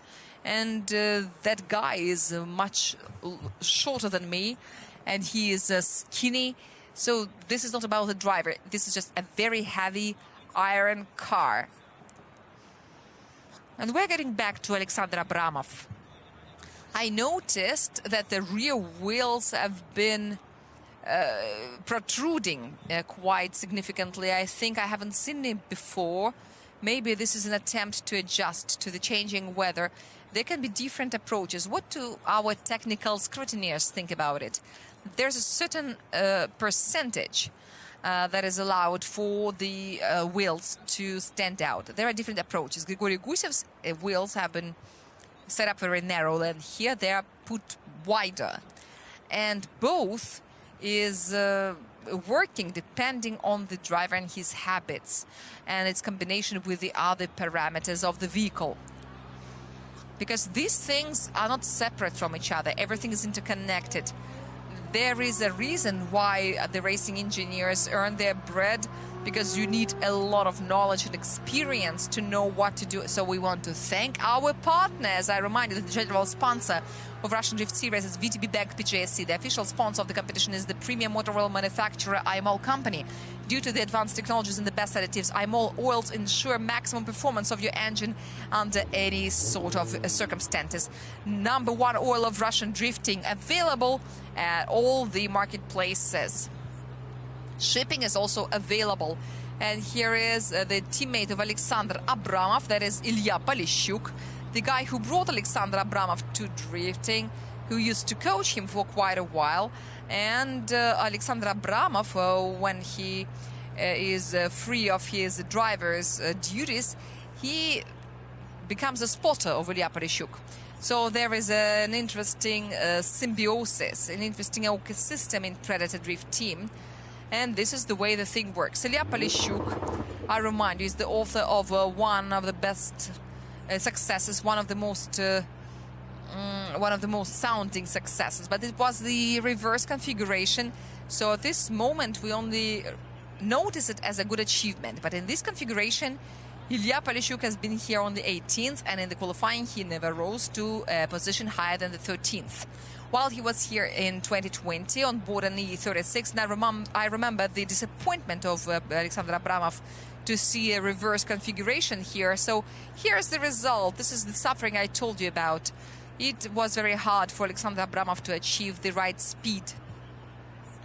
Even though the weight to power ratio of the Viper is the most impressive one, in this situation, it is more about the weight. 71 points for the first run, and he's got one more to do.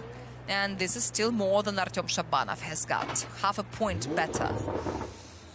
Ilya Polushchuk and his BMW E92. Very various platforms Predator Drift team has got. In the E92, a Cresta and a Viper, so that nothing fits anything.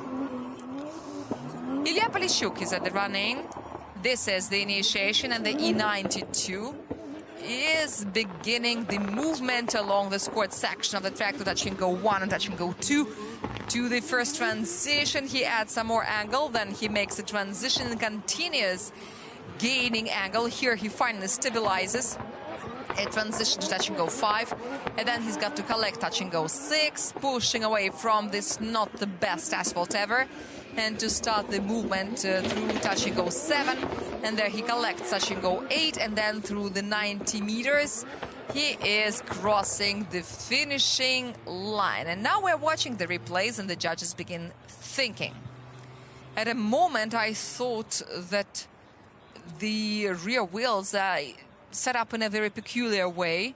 That's an interesting solution employed by the team. Even in circuit racing, the toe is put to minimum, but here it's all up to the driver, because wet asphalt, you've got to increase the contact spot so that the moisture is driven away. Speaking about other extravagant platform, Predator Drift team is a contrast team. There are 2 rare cars and 1 popular car, which is as popular as Supra A80.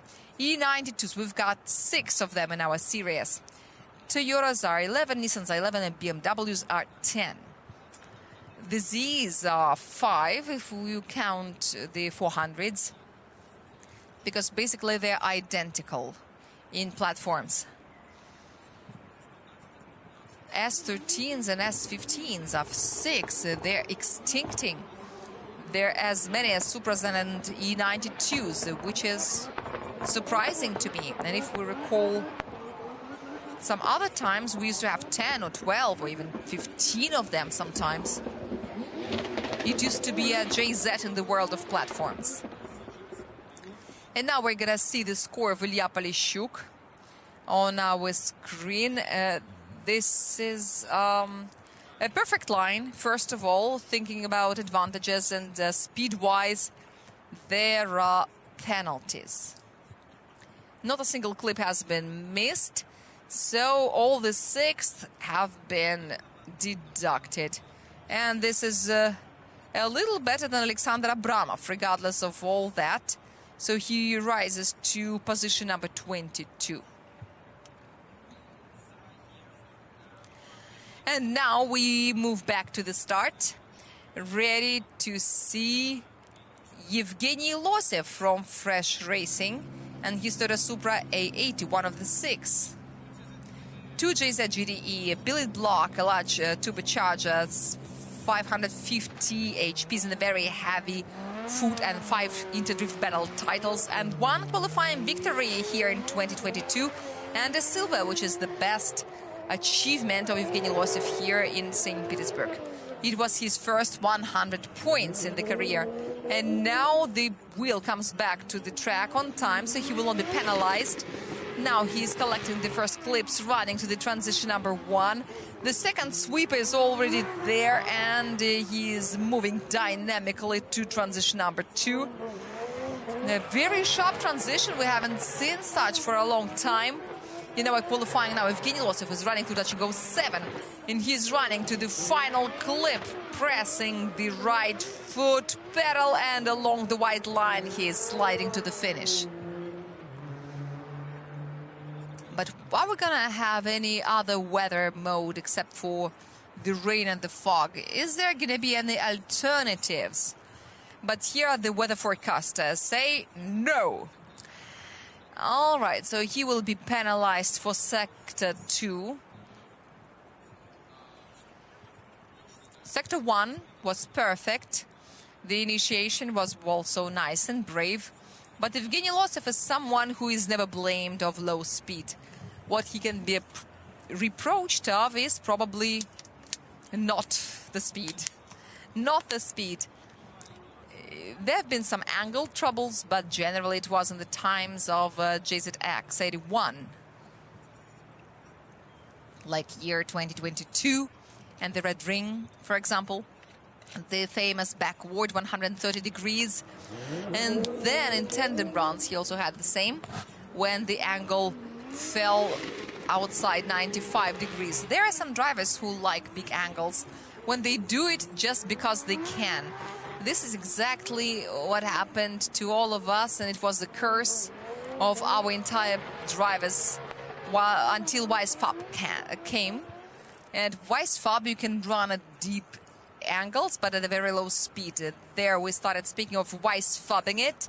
But now we've got the style criterion, and style-wise, look at this performance. Yes, 30 is not 35, but 30 in this situation is very, very rare and hard to achieve. And this is a 90 plus in the very first attempt. This is something we've been expecting from Yevgeny Losev. 92 points out of 100. Once again, in these circumstances, this is an outstanding result, like any other 90 plus. And there's also some space. Arkady Tsaregradtsev is still unconquered, but this is someone who is very hard to conquer, almost Mount Everest. But we've got some daring drivers who haven't come to the start yet, and we are waiting for them impatiently. But I guess there are 3 drivers who really can compete with Yevgeny Losev in terms of speed, because there are drivers who can show something cool, but objectively they lack a little speed. Maybe the teams can do something about that and we can see something special, but now we are expecting something good from this guy representing Belarus and the city of Minsk, Avtoban team, Sergei Sak and his Nissan Z. His best qualifying position is 8, and his best personal rating position is also 8. But it was back then when he had a different car. Now finally there is another one, and we can see it from all the angles.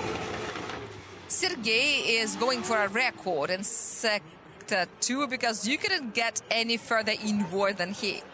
And here, just like in the second sweeper, He seemed to be preparing for it, and now this is touch and go 5, touch and go 6, and transition to touch and go 7 will be now performed. Not the fastest ever. The car started transitioning to touch and go 8, and Sergei didn't hold it back because this is a forward-built car, so it knows what to do. So this is the end of the qualifying run, which was not bad, and it's definitely productive. Very far from any records in Sector 2, regardless of all those tricks. 8.9 seconds. So he's still getting the -6. The average speed was 91 kilometers per hour, so this is where it all went wrong. This is why the second sector was not fast enough as well. 8.9 with a reference of 8.0, 8.1. 8.0 is -1 deduction. Oh, sorry, 8.1 is -1 deduction. So you've got to make it 8.0. And 8.9 is -6. And 2 more clips are missed. And this will be a line deduction. One of them costs 5 points. So it makes 8 plus 8, 16 in the first sweeper alone. This is not nice. It is painful. Let's put it this way. It's lamentable. It's really lamentable. I cannot find any other word. I don't like saying it out loud, but, well, someone's got to do it. Someone's got to do this job. But anyway, if we forget about this timing things, the objectivizing factors, subjectively, it was beautiful. Yes, there was a line mistake, but generally the run looked dynamic. This is the drifting paradox that is always there. If it's spectacular, it doesn't mean it's right. If it's productive, it doesn't mean it's spectacular. Even though there are drivers who know how to combine the two, especially under the rain when you don't have the smoke. And we seem so lonely with these boring textures, no smoke, and we have to see whatever we've got. But the heroism of our drivers is always impressive. It's always admirable, respectable. We are proud of them, you know, driving like this in such a weather. When we went for a walk just to see what you can see, what the asphalt is like, it wasn't even raining, but it was uncomfortable to stand on it, and driving on it was out of question. And we've got the mono tire, which doesn't give you any compromises. This is not always the softest of the tires. It's only there to equalize everyone. And this is the way you adjust yourself. This is the way you set up the suspension, everything. Yes, so this is -8 for Sector 1, an anti-record. -6 for the run-in. Sector 1 is the run-in. I think we haven't seen it this far.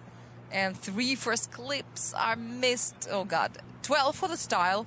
32 for the angle, 19 for the line. This is 63 points. At this moment, this is the worst attempt among all the qualifiers. Well, there was Dmitriy Shcherbina with 62, but I mean the best one. He's got another one to do, but there are some more examples. We've got Denis Smigal, another driver of Fresh Racing, another Supra A80. We've got 2 drivers who've got 3 Supras, Time Up and Fresh Racing. This is Denis Smigal. Denis Smigal is the founder of Fresh Racing team, and together with him we are running once again on this court section of the track, the wet 850 meters of distance, and 250 are already behind. We wonder what Vladimir Safonov says and what Mikhail Davidyan says about this. Denis, in the meanwhile, is making a transition, collecting touch and go number 4, and running to the key moment of this track, unfortunately missing touch and go 5. And there's a question about touch and go 6. The next transition, touch and go 7, minimum questions. And the final clip, number 8. Once again, not enough speed to reach for the smog. Denis Smigal has left us a lot of food for thought.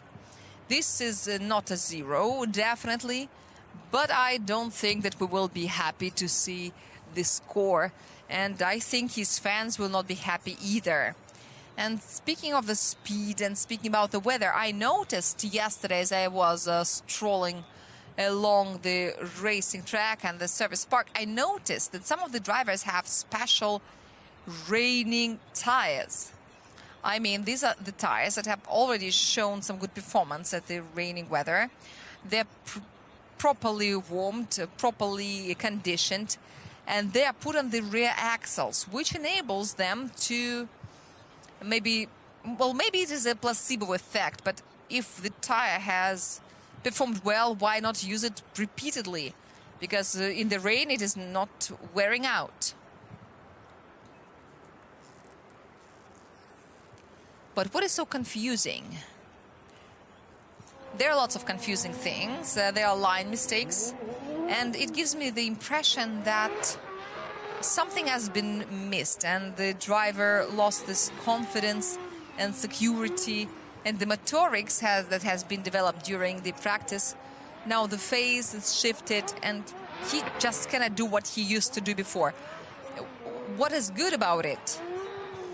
Some small corrections, let's see, the running speed or the tire pressure or anything else, and everything gets back to normal. And then the second run would be much better. Even the drivers of Evgeny Losev level can do the same. Everything is falling apart and you think, come on, how come? If you see Evgeny Losev for the first time, you wouldn't even understand what the hype is all about. And then one technical thing is corrected and you can see. I hope that this is the situation. And sometimes one little mistake at the run-in shifts the entire line to this or that direction, just because it sometimes happens. We take a little commercial break, and after that we will be back with the results of Denis Migal and his run.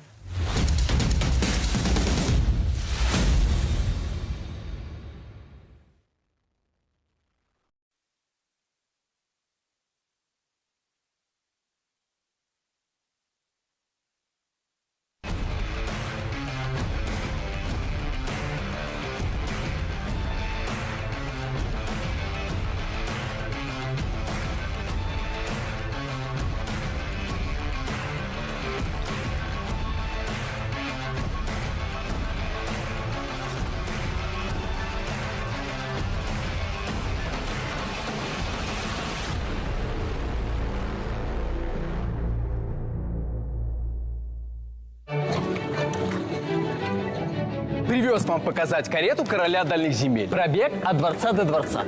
Не бита, не крашена. На нее даже ни разу не нападали. А это мы сейчас и узнаем в бесплатном отчете. Свяжись с продавцом. Получите бесплатный отчет о машине, связавшись с продавцом. Автору. История авто бесплатно.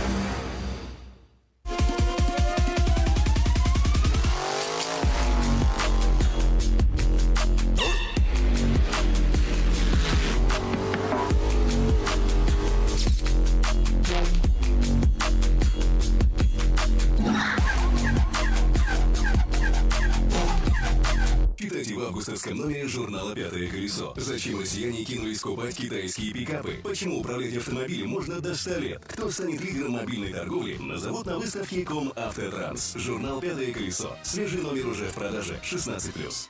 Вы все время в движении? Читайте Автомейл.ру. Это портал про автомобили и для автомобилистов. Здесь все самые важные новости о машинах, премьеры и тест-драйвы, штрафы и полезные статьи с советами, путешествия и истории. Будь в движении. Заходи на Автомейл.ру и читай про главные автомобильные события. В 2024-м явных преимуществ технических не было ни у кого. За РДС Европы, ребята, надо следить.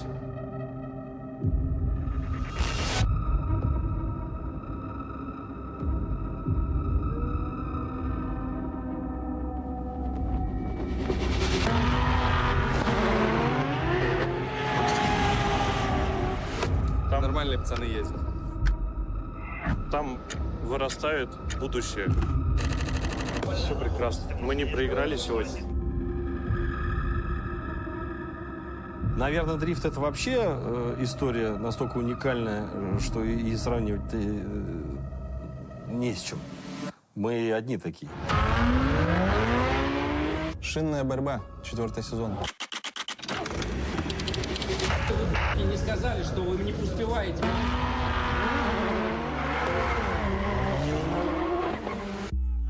Я думаю, что мы им показали, что они не такие недосягаемые, как, возможно, некоторым из них кажется.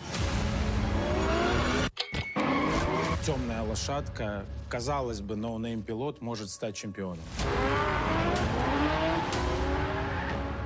Повторить это сложно, а без подготовки должно невозможно.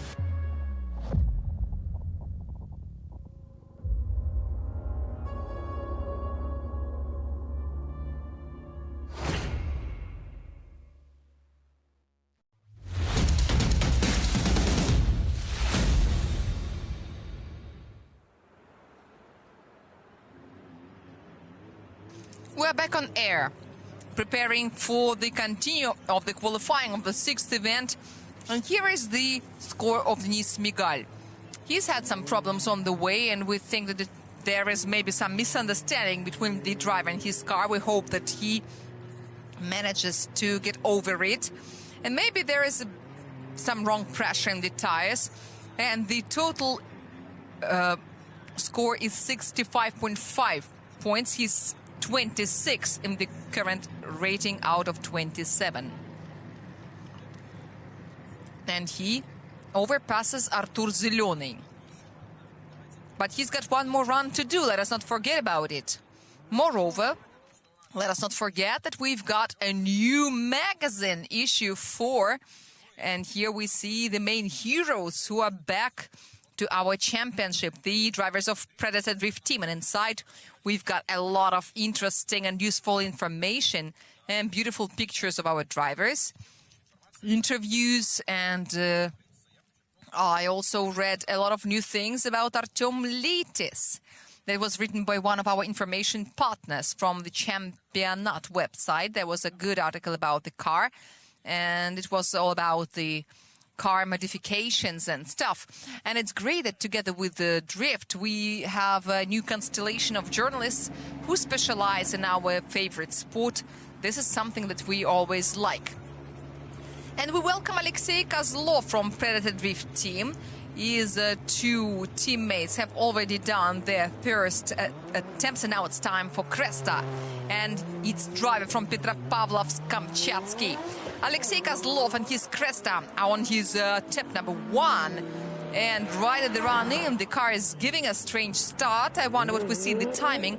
And now it begins drifting, and Alexei Kazlov is going on a narrow line, and most importantly, he needs to get it to the finish without a 0 score. He adds more angle, and here's the second transition, touch and go 5 and touch and go 6. It will definitely be taken, but then I have some questions about the borders of the track. Linoleum almost hits the unfortunate linoleum, and down touch and go 8. Is it also missed? And after a dance on the white line, Alexei Kazlov finishes, leaving us in a puzzled condition. Let me correct my mistake. The article wasn't from championat.com, but from kolesa.ru. Okay, it looks like we're about to see a sensation. Yes, the second touch and go is missed, but the speed in Sector 2 is record-breakingly fast. We will check if the touch and go has been taken. We will see it all on replays once again, and we also see it in the score. Right now, it looks like he was on the edge, a near miss. But we've got judges to tell us. And I recall that passionate speech of Stanislav Dolgih, who said that this is such a clip that you cannot miss. After that, the clips became smaller. And then they were measured with different methods and different gauges, including people of different height. There was a challenge there at Moscow Raceway after that passionate speech. And then we came to a certain standard. And if we recall the last year's marks and touch and goes, I've been watching some of the events over again. Sometimes you could fit a car in a touch and go, and still some of the drivers would miss them. The first one is kind of yes and a kind of a no. And the first 3 touch and goes are a little cheaper, but 3 points also met, and 5 sounds very serious. And especially if we consider the style score, I remind you once again that the missed touch and goes style-wise is -1 point. Not because it's a double penalty for the same thing, but because by missing a touch and go, you are reducing the distance. Depending on how narrow you go, you can get up to 20 meters reduction of distance, and this is a style mistake.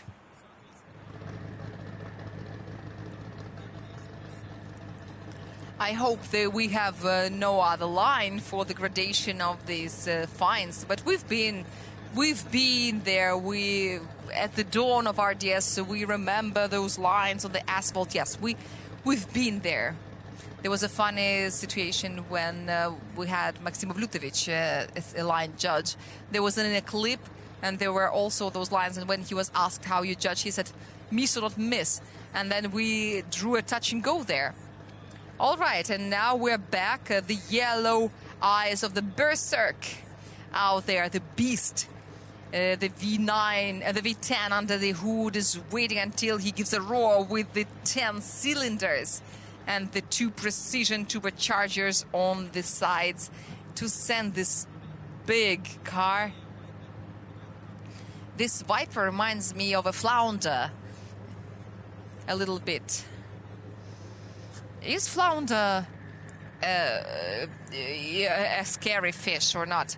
Okay, touch and go 1, touch and go 2. Yeah, touch and go 8 was missed, and 2-point deduction for the line, and this is the worst of the 3 scores. 74.5, the best of his team at the moment. At the moment, I repeat, because there is attempt number 2. Alexei Kazlov is on the 21st line of the rating, and now this is the turn of Alexander Abramov, who, just like the 9 other drivers, are having their first event here at this configuration. The light goes green. Alexander Abramov goes on the second and final run of his qualifying. This is the 6th event of Russian Drift Series Grand Prix, and we continue watching these yellow lights, which look absolutely mesmerizing. And Alexander Abramov this time is holding his car on the track and prepares for transition number 1. Here it is.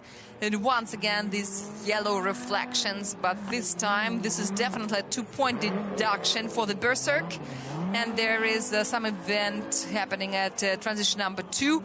And now he's going on the double transition, and he is running to touch and go 8. Yes, running on the very edge, but he hits this element and he crosses the finishing line, giving us an opportunity to see replays, which we really love. One wheel was outside, you could tell, in the second sector, I mean the style sectors, and the speed was pretty low. The timing was not very good, but still Alexander didn't give up. He continued running. I remind you that 71 points is his current scoring. He is 25th in our qualifying rating, and in this situation, what I could make out through the internoise, his throttle operation was a little more aggressive. And this is also good, I believe. One wheel was outside, and now we recall this truth about the fact that the wheels can dry out the track, and you can tell that it is really happening. You could tell how the car was running on the line and how it is very good, yeah. You could tell where the wheels have just been. But hit or miss is more or less clear. What is not clear yet is, first of all, is the pace and the timing in this parameter. I'm sorry, Alexander Paramatov is worse than Artem Shabanov in the battle for the bottom lines. Not the best competition ever, but, well, there are reasons for everything, and I wouldn't tell that. Ilya Polushchuk is somewhere there as well. I wouldn't say that time-up Supras are light also. They are 1,300 plus kilos. And it is not always easy to handle this weight. And Maxim Grossman is somewhere in the middle. But Maxim Grossman has got his own kung fu, his own sorcery. Let's recall what he did on the dry and wet track, where Maxim just threw a tantrum and won the qualifying. It was at the Red Ring, the most successful tantrum I have ever seen, and he spoiled it for everyone after him. 17 points for the style only. It makes a total of 69. There is no improvement. No improvement. At first I thought there would be, but I'm not that good at math. Perhaps. All right, the fog comes back again. The weather is changing, but we've got two modes. Ilya Polushchuk, 72.5 points for the first attempt.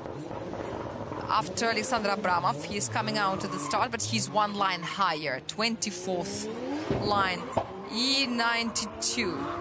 Number 182, which is hardly seen in the fog. It looks like it's smiling.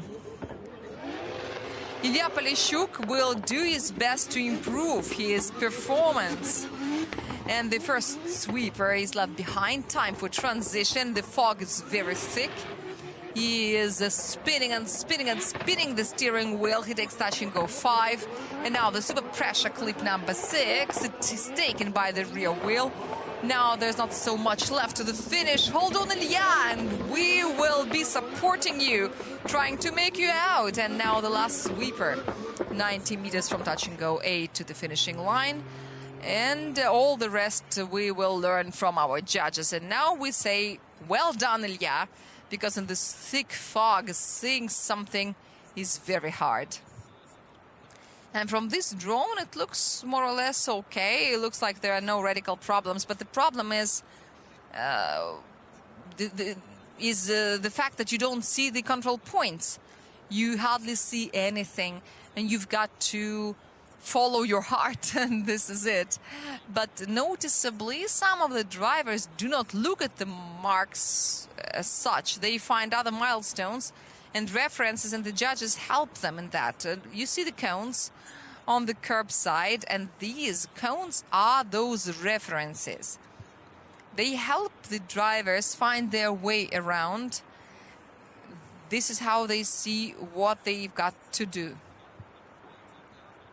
And this is much easier than looking at the rectangles or squares. I'm not sure about its dimensions. While we've been speaking about this, Ilya Polushchuk has gained some good speed, and he even managed not to get maximal penalty, which is good. I remind you that there is -1, -3 penalty, and then there's -6. So if you reduce the -6 to -3, you don't solve all the speed problems, but you've got less penalties. You see where we are. We are happy to see the penalties that are less than maximum, but this is the reality. This is the reality of this qualifying. This is our life. This is the 6th event of RDS GP, and everyone is in equal conditions, but these conditions can be different. The line is perfect, which is great, and angle-wise, there are some penalties. The Sector 2 usually ruins it all, but generally the picture is not that shocking. He could have been a little bit more aggressive at the first acceleration. And this is a maximum of 77, which is a good improvement. He rises to the 20th line of the rating. Congratulations. He guarantees himself top 32 place. And we can only guess who that is. We thank our broadcast. Evgeny Losev has got 92 points, and now he's gonna try to improve it. The light goes green, and Evgeny Losev is going on the next run. He had a very good first attempt. He's the best in this group, and Evgeny Losev, with some incredible effort, holds his car to the borders. I don't know how he does it. This is something incredible. We'll ask the drivers before the opening ceremony what you can possibly make out there. Evgeny Losev is in the second transition. He's on the second line, touches the line but doesn't cross it. And now this is one wheel that slips away. And Evgeny Losev is already in touch and go 8. And the last jump to to the finishing line. And here you don't have to drift anymore. We have seen many things, but seeing nothing is something weird. Indeed, and the speed is not perfect. There will be some penalty, but it is good. It is good.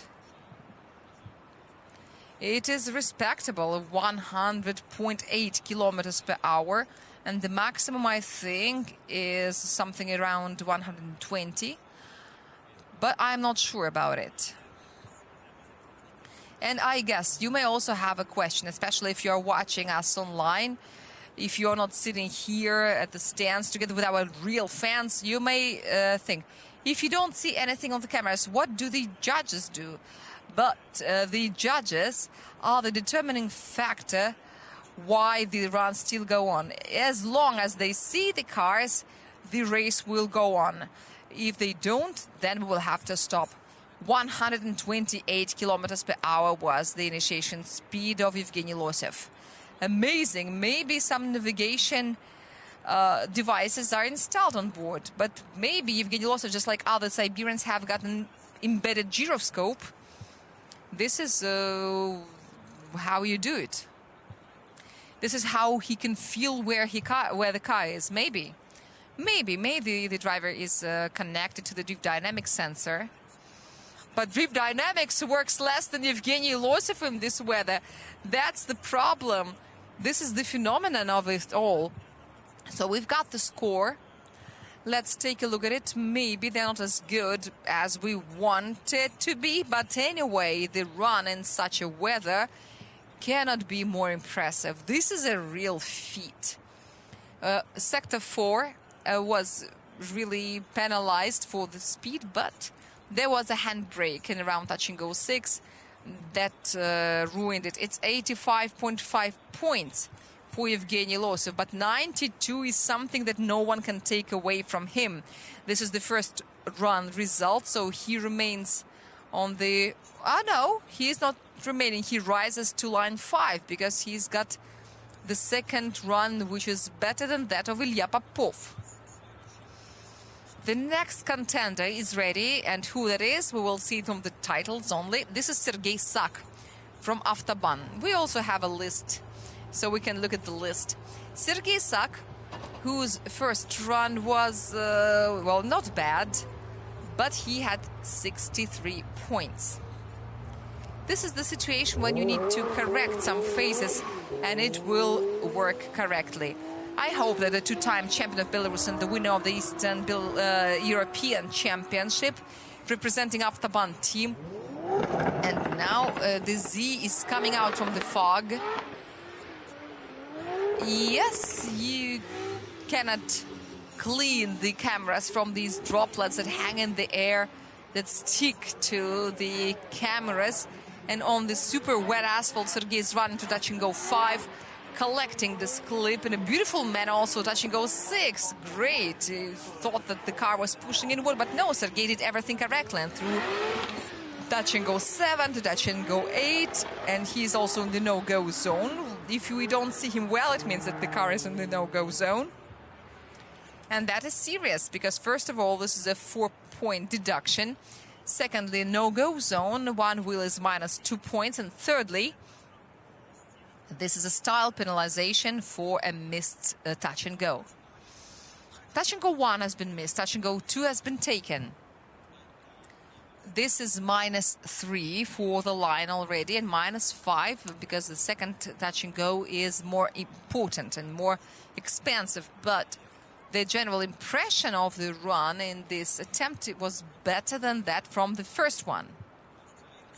I want to believe that the score is also higher. I cannot tell anything for sure, because A, we don't have that much information, we're not judges, and secondly, B, we are not judges. Oh, wow, that was so dangerous. Were there 2 front wheels out there? And here also, I don't even see the cone. From this drone, you don't see the cone that the drivers are supposed to look up to, and maybe this is the reason.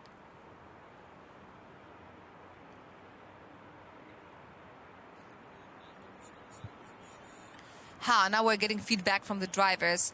They say it's very hard to drive in such weather, but the judges say that it's okay, they see everything. But this angle is not good. But you see that so badly because the headlights are on. As soon as the car turns its side to us, we see it better. At least you can make it out. The headlights, why during hard rain or fog, the headlights are useless? Because you simply highlight the fog and you don't see anything. Because the lights have to work differently. This is why you have the special anti-fog lights, so that you highlight the asphalt, not the fog that is on top. So this is the way it looks. Hey, say hi to Claude Monet, but you see that the general sponsor of Russian Drift Series is VTB PJC. VTB Bank, no matter the fog, this is our reference, and this is our lighthouse. If this sign is positioned a little closer to the track, it could also serve as a reference for our drivers. And by the way, it looks like we are having a break, and I'm going to use it to remind you that our official healthy sponsor is Level Kitchen. Prepared healthy nutrition to fit your fitness goals. We've got a whole food truck at our food court of Level Kitchen, and you will see the rest of useful information in our commercial break block that will start right now. And also very soon you will have an option, well, you already have an option to order a meal through Yandex Food. You've got around 10 minutes for it because we have to wait until the fog disperses, and also to keep you entertained, watch the commercial videos.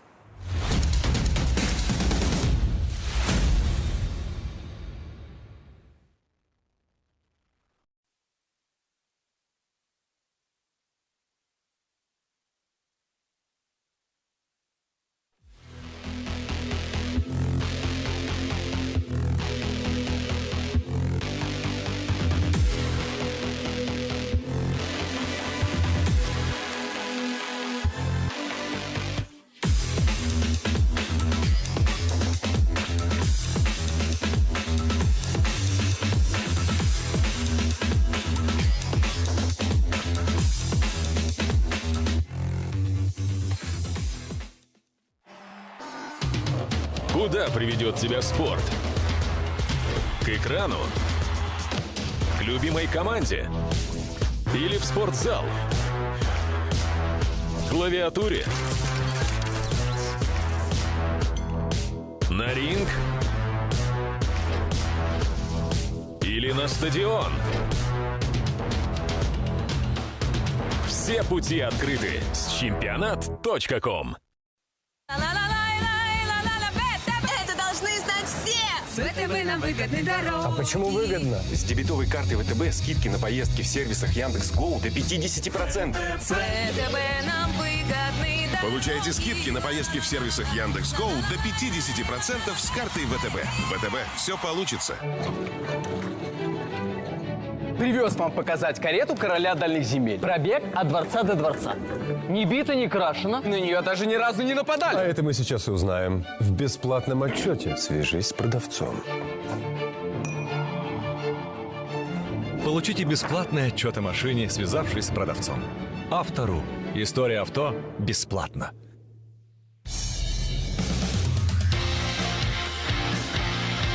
Если радио, то максимум.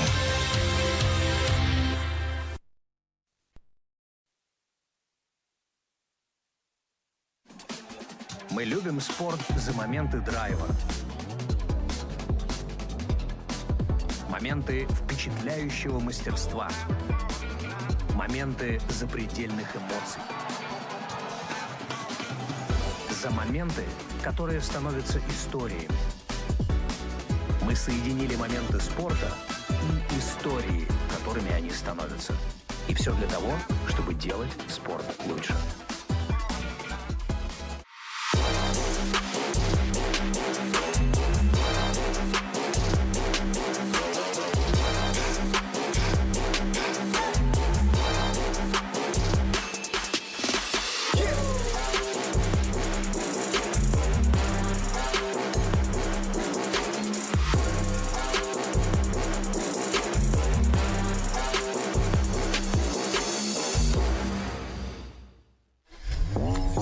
Все время в движении? Читайте Автомейл.ру. Это портал про автомобили и для автомобилистов. Здесь все самые важные новости о машинах, премьеры и тест-драйвы, штрафы и полезные статьи с советами, путешествия и истории. Будь в движении. Заходи на Автомейл.ру и читай про главные автомобильные события.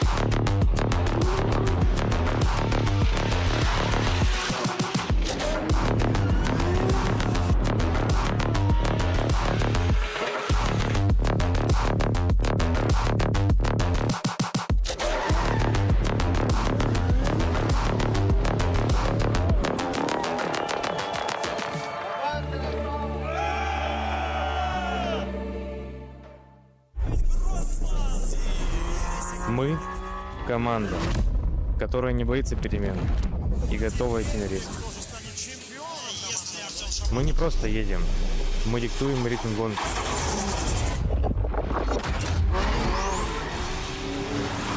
Мы – тайм-ап. Мы больше, чем гоночная команда. И наше время не просто наступило. Наше время сейчас.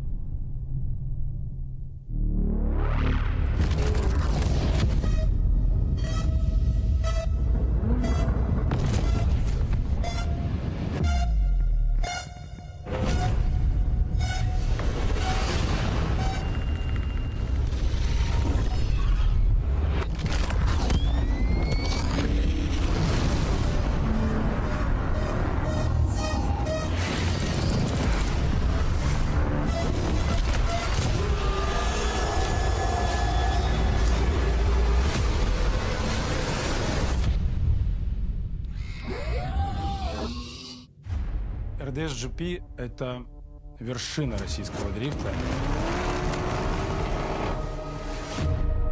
Ой, щелчок, давай. Клево, смотри. Они все супергерои вообще. Мы дрифтеры. Цепляется мертвая хватка. Take it easy on me.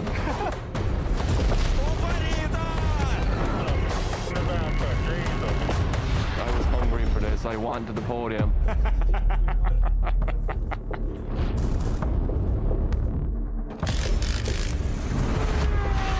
Самое сложное – это остаться на вершине. Вы что, угораете? Что, это моя проблема, что ли? А ответа нет на этот вопрос.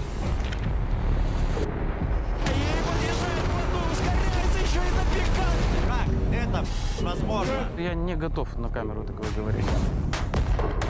Надо верить в молодых. Извините, мама звонит.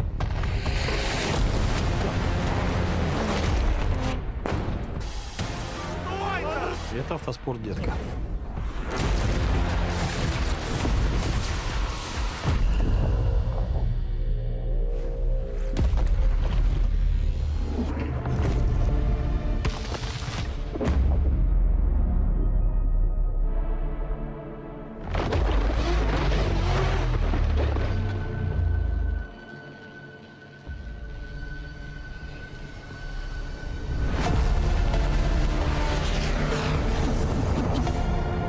Вообще, за что дрифт любить-то надо? Риск. Мы этим живем.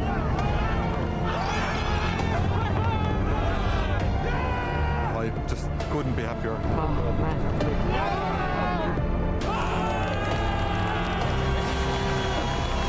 Черт побери, мы за это и любим дрифт.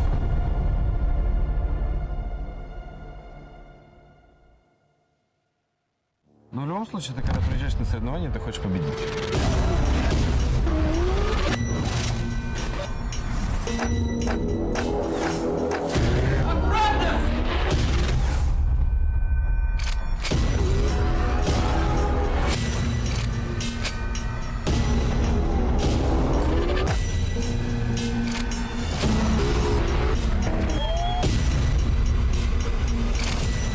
За 5 минут мы хоть что-то можем сделать? Или я пойду сейчас бить Козловым?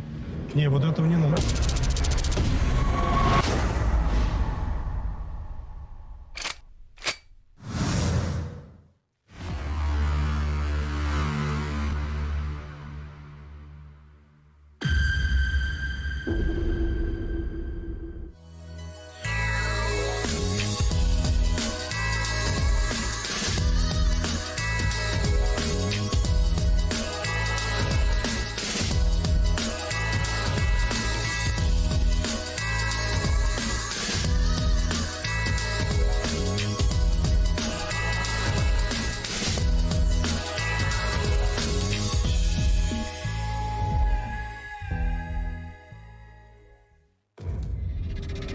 В 2024-м явных преимуществ технических не было ни у кого.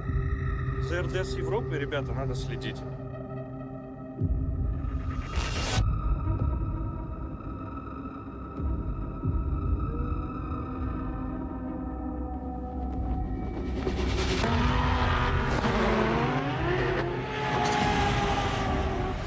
Там нормальные пацаны ездят. Там вырастает будущее. Все прекрасно. Мы не проиграли сегодня. Наверное, дрифт — это вообще история настолько уникальная, что и сравнивать не с чем. Мы одни такие. Шинная борьба. 4-й сезон. И не сказали, что вы не успеваете.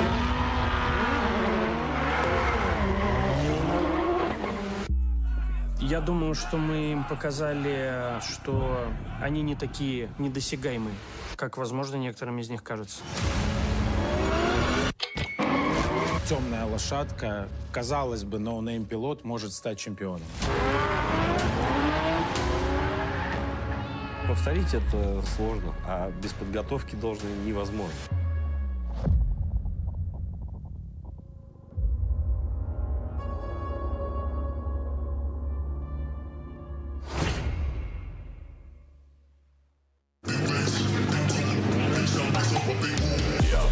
Foreign in the spin, like keeping it tight. If a nigga wanna go to a boat, we can get dark, but we stay bright. Coming like a night, it's on sight, if it touch my sleeve. Niggas around there wanna disagree when it's clear that I'm speaking facts. You don't like me, you know I'm proactive. Never gonna stop till I see the big man's on flats. Up on the front door, it's like midnight. The music that gets you might follow it.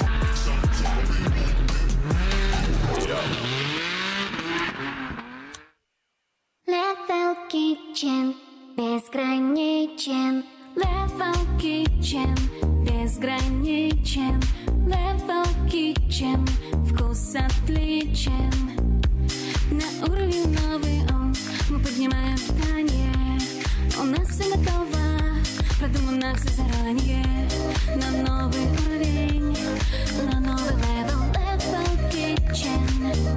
Наставим, где бы ты не был.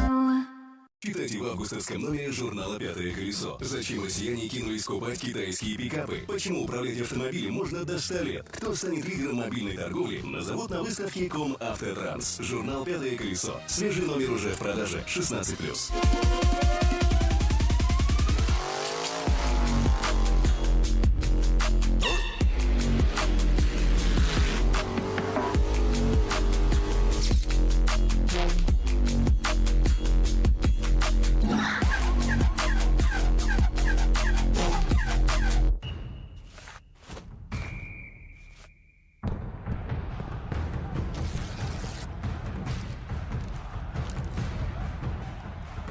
Закажите доставку прямо на трибуну в приложении Яндекс.Еда. Профессиональная гоночная команда Fresh Racing. Действующие чемпионы RDS Prix. В нашем арсенале 3 лютые Toyota Supra А80 на 2 JZ. Номер 33. Отец-основатель Денис Мигаль. Номер 9. Король квалификаций Дамир Идиатуллин. Номер 81. Сибирский силовик Евгений Лосев. Двигайся с нами и звони нам на пейджер. Куда приведет тебя спорт? К экрану, на стадион или в спортзал? Все пути открыты с чемпионат.ком.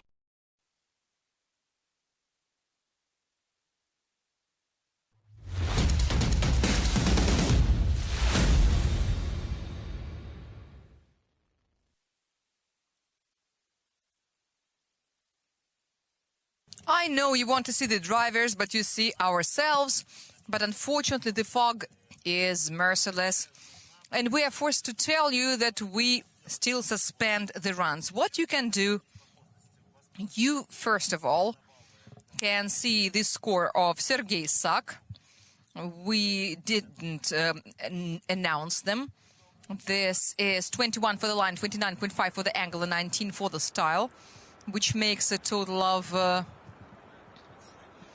which makes an improvement, and this is 69.5 points. But Denis Migal and Alexei Kazlov still have a second run to do. Alexei Kazlov is ranked higher, so Denis has got another attempt to try to get further away from the exemption area. The drivers will be soon notified about the continue of the runs. If you're not subscribe to our social media, please subscribe right now and turn the notifications on. I know that many people prefer not to do it, but this time it's good so that you don't miss the announcement about the beginning of the runs and the resumption of the run. And we also hope that you can have a nice meal and then come back to the stands and continue watching the qualifying of the 6th event of RDS GP 2025. I remind you that we've got the food truck of Level Kitchen. And if you are very cozy at the stands, you can also use Yandex Food Service. You can use your application, enter your coordinates, and then follow the application. And then a guy wearing bright yellow clothes, you will see him through the fog and bring you your lunch. If there is a million by million visibility in aviation, it is 0 by 0 here. I don't think that I don't think you would see anyone. If it was a parade, you could play a funny game when you stand in line for an autograph, and only when you are there you will see whose autograph you are getting. It is not safe to continue runs at in this fog. First of all, the drivers don't see where they're going. Secondly, the judges don't see the cars and they cannot score the runs. And it is not safe, after all, and no one understands how to qualify. Therefore, we are forced to follow the circumstances and sustain our competitions. Thankfully, we don't have that many participants left until the end of the qualifying round, so the chance is quite high that top 32 will happen in full. But when is still an open question. So yes, my dear friends, we say goodbye for not a long while, for a short while. Please follow our notifications and we wait for the weather to get better.